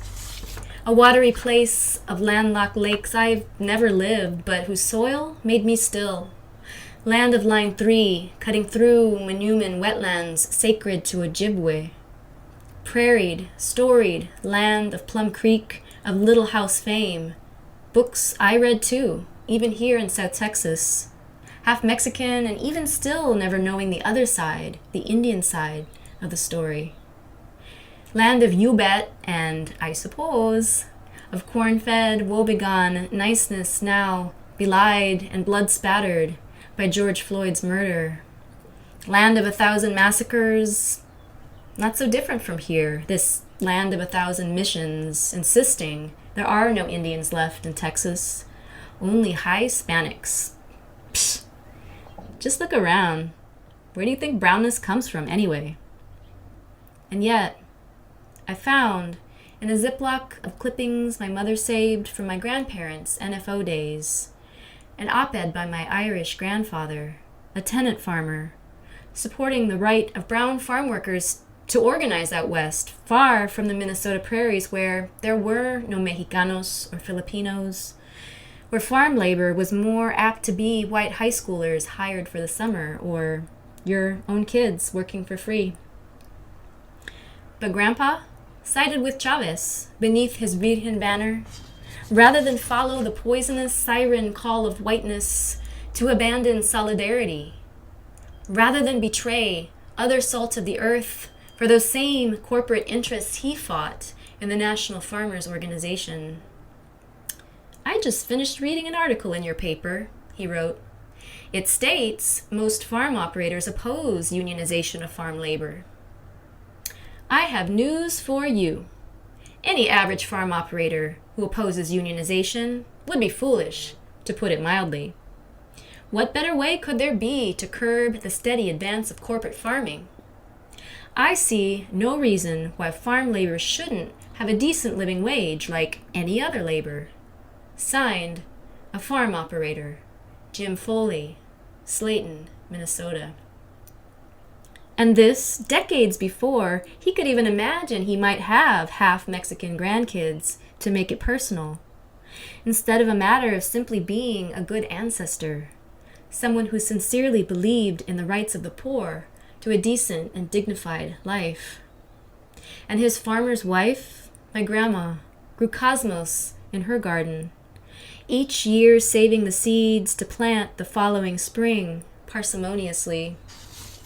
And when she died, each child and grandchild received a small plastic baggie of seed, her ashes and estate, all the wealth that was left, which I never planted, always moving too fast to tend to the earth in a physical way, whatever my politics or lineage.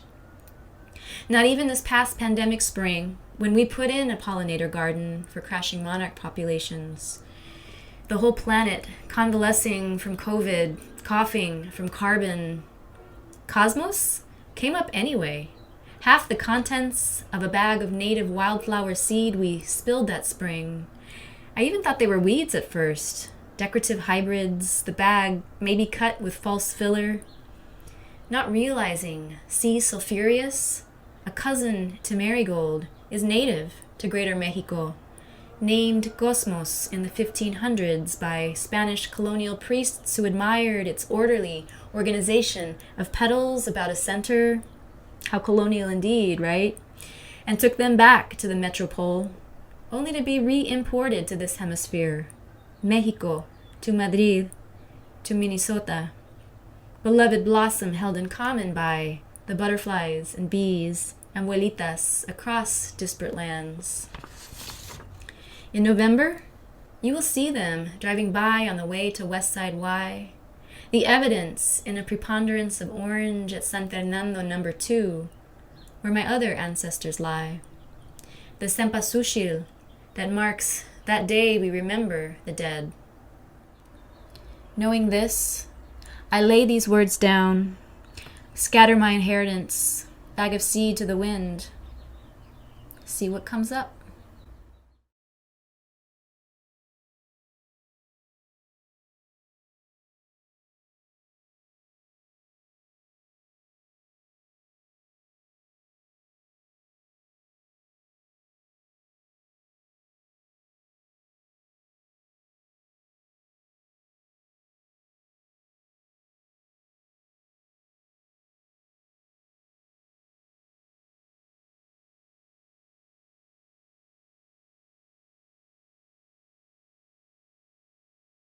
In the aftermath of Russia's invasion of Crimea in 2014, a host of young contemporary Ukrainian poets published an anthology of war poetry that has always inspired me. I returned to it in the last weeks to find the light that the poets bring in times of darkness. And I wanted to share a poem, an untitled poem by the poet Lyudmila Khershonska on the theme of war.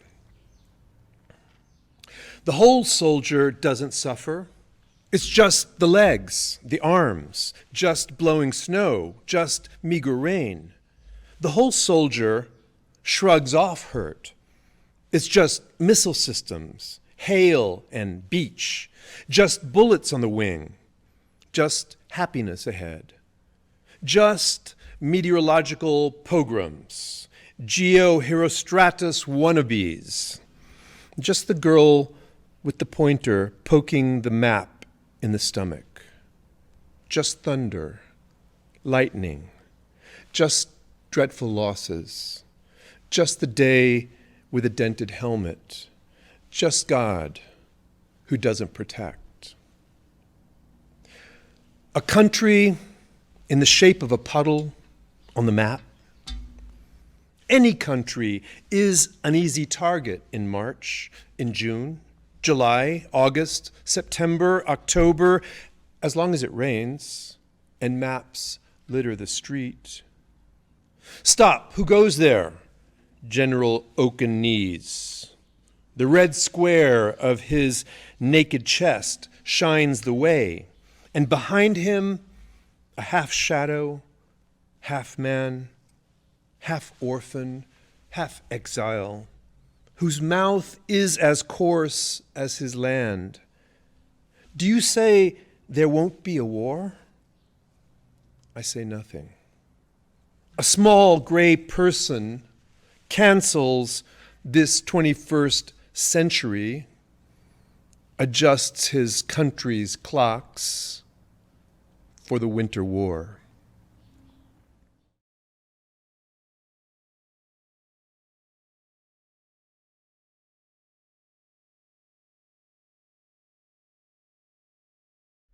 Hi, my name is Eddie Vega, and I write a lot about Chicano culture, Hispanic culture, Mexican American culture, and this poem is about the experience of going to the grocery store on occasion. It doesn't matter.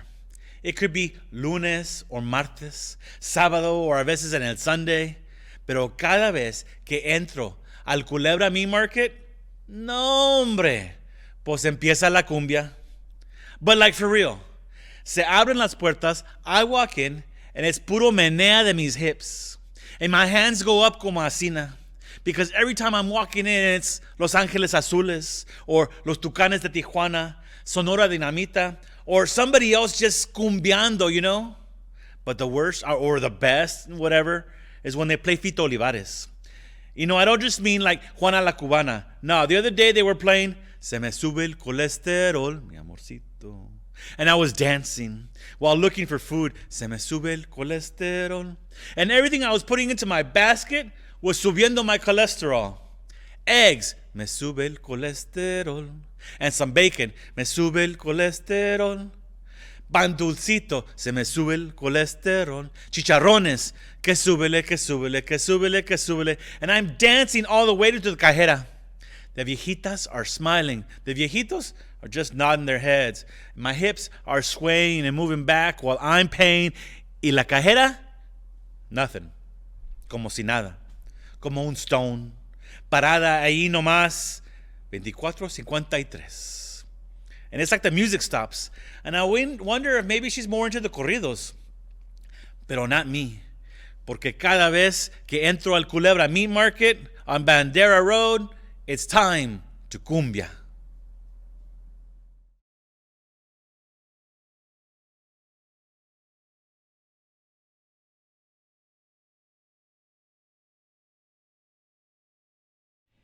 Fideo Loco, PhD. Early this morning, I woke up like a blustery day, pomade, my indigenous jet black hair, tell my scruffy shoes, let's go look for lucky lustre. One day I shall go out, dressed in a wrinkled white dress shirt, complete with cufflinks.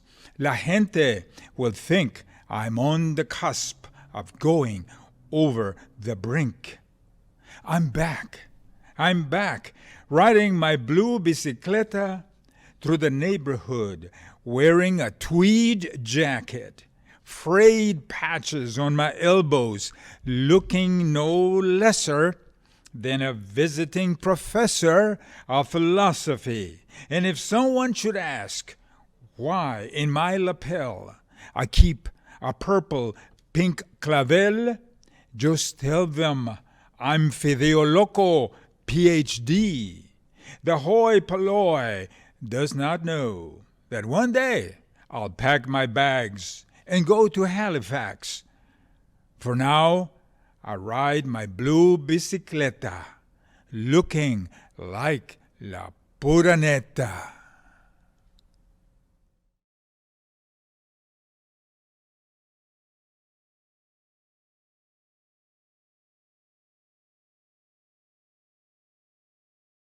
Big thank you to Urban-15 for allowing a space for National Poetry Month so that we can bring our words to the world.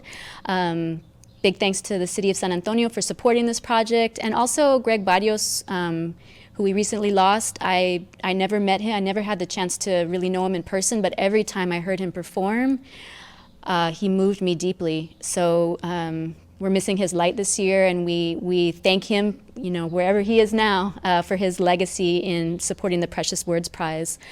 Thanks to all. Happy National Poetry Month.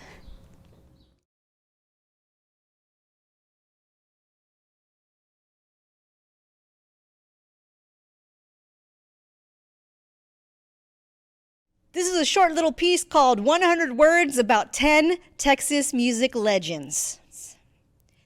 Sir Doug knew how to party, celebrating life with song. Augie Myers flavors keyboards with mechs and accordions with techs. Flacco's skinny fingers fly through borders, over land and time. Valdemar Huerta learned to translate his longing into Freddie Fender. The crying sky made Stevie Ray Vaughan's guitar weep along. The accordion played Esteban Jordan, and not the other way around. Lydia Mendoza's music lives on in the lark's border song. A witch hunt ran Janis Joplin out of Port Arthur. The best huracán to hit El Valle was Narciso Martinez. Queen Selena's flower was plucked too soon, but still blooms.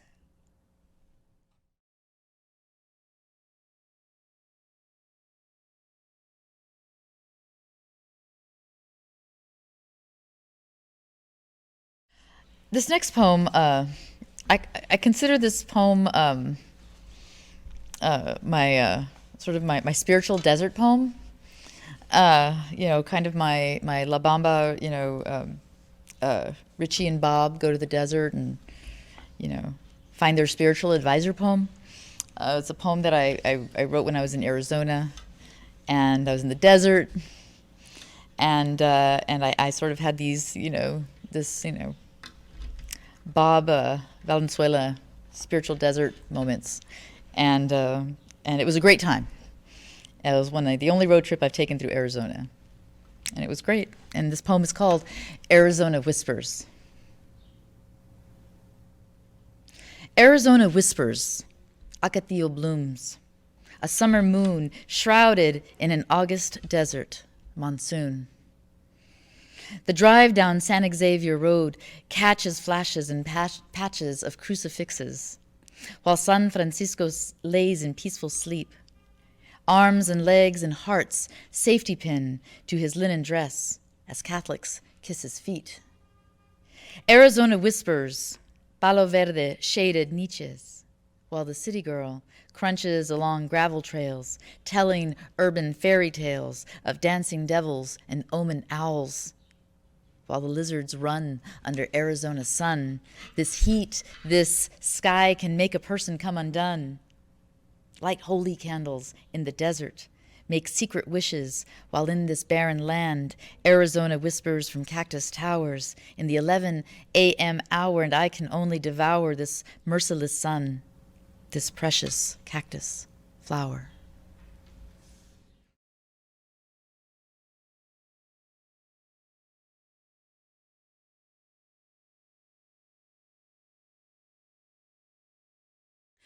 So, I've been Andrea Vocab Sanderson here this whole time doing this set for you all today, and it's been my pleasure to be a part of every single Mega Corazón that's ever happened. I wanted to take a moment to express that music is absolutely my first love. Lyric poetry plays such a big part in literacy and teaching everyone music. And the great thing about music is there's this conversation that's had between musicians and vocalists where they play together and have this harmonious talk. And sometimes it's dissonant, sometimes it clashes and it rages, and it can be whatever we want to make it, but it's powerful when you hear it, right? So today, in conversation with me on keys, Robert Cockfield, and good friend, and we've been collaborating together for a hot minute. And my first album, he composed most of the music for it. So thank you so much, Rob, for being here with me today. We're going to do this last piece. You're like, oh, you talk about music so much. Yep, I sure do. And this last piece is going to be no different. This piece is about Luther Vandross, or Luther is what black folk like to call him, Luther. So this piece is called Bad Boy, a tribute to Luther Vandross.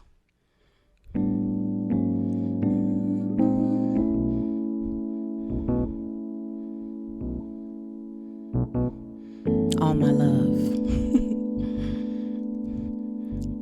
Bad Boy, a tribute to Luther Vandross. Tiptoe past in Stacey Adams, through the grass, head bowed low, moving slowly, slyly, hoping mama doesn't see through the windowsill. The electricity in the air is real. He can feel the zeal creeping in through his oily cocoa skin, and he's out to steal hearts and win numbers. Slick conversation and tricks up his satin sleeve. He's a bad boy, making all the ladies believe he's only got eyes for them and them alone. Laser focused and in the zone, owning the moment. Seizing the sizzling night with ready hands and roaming eyes like strobe lights. Opportunities bright and abounding. Lips looking luscious and gaze full of wanderlust. Wondering where the nearest basement party might be. Wondering if there is a popping discotheque to set his young body free. And I'm wondering if he will save a dance for me. Teenage me, 'cause we're having a party, dimly lit and volume high. We're having a party and all the cool kids are inside, swaying and sweating, fish jumping cotton high. We're having a scatting, jazzy, funky good time. Luther's velour voice playing in the background. We're having a party and everybody is getting down. So come get on down, hey, come get on down, come get on down to this sound with Luther Vandross. Yeah.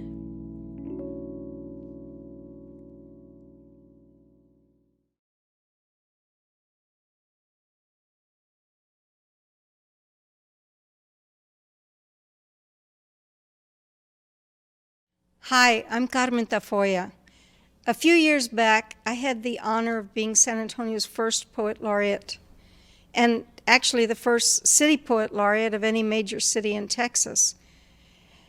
It was a wonderful experience, but I wanted to make sure that the laureate position became something that was really connected to our community, because like many of you, I feel a close tie to the community that birthed me and raised me and nurtures me and still supports me. I felt a connection to the people that we as poets try to give voice to be voice for. Sometimes I feel that folks were expecting it to be all about me, and I wanted it to be about mi pueblo, my people, my community, my city. And so in the process of creating some events for the city that would get the community involved in poetry, we created a program that wasn't just me reading my poetry, but it was a program of many of the poets and musicians and dancers and artists in this magical town working together to tell the story of their city. And we took different poems and wove them together like a major story about the community. It was a lot of fun, and URBAN-15 was a big part of it. They provided the music and the meat that held us together, the threads that kept us tied together as we moved from one poem to another and from one dramatization on stage to another. It was a magical evening, and we called it San Antonio, mi pueblo, because it was about the community. And people who came felt that. They came from all different parts of town, all different ethnicities, all different ages and professions and socioeconomic levels, and they walked out happy and proud of being part of this place. Well, URBAN-15, which is a collaborative of artists, musicians, and film people, just came together and said, we want to keep this going. We don't want this to die. And so they created this once-a-year festival called Mega Corazón. And corazón is the Spanish word for heart, big heart, a heart that could involve musicians and writers and poets and performers, so that we could hear a sampling of the voices of our community and we could connect with communities elsewhere. So people tune in to Mega Corazón every year as it streams internationally. They dial in and they call and they comment and they become a part of this community. So instead of just being a Mega Corazón for this pueblo, it's become a Mega Corazón for the whole pueblo of our planet, a way to connect with human beings everywhere. It does a lot of good, not just for those who tune in, but also for the artists here who are able to keep their voices alive and being heard, who are able to speak for those who maybe can't speak for themselves, whether they're children in school, or whether they're elderly people, or whether they're people who don't speak the language or don't know much about how to put poetry or performance together. We try to document and affirm and support all of the parts of humanity. So we appreciate your support and your involvement with Mega Corazón, and we invite you to come back next year and the year after and the year after to support all the young artists and artists of all ages who are involved in this wonderful, wonderful festival of word and performance called Mega Corazón. Thank you.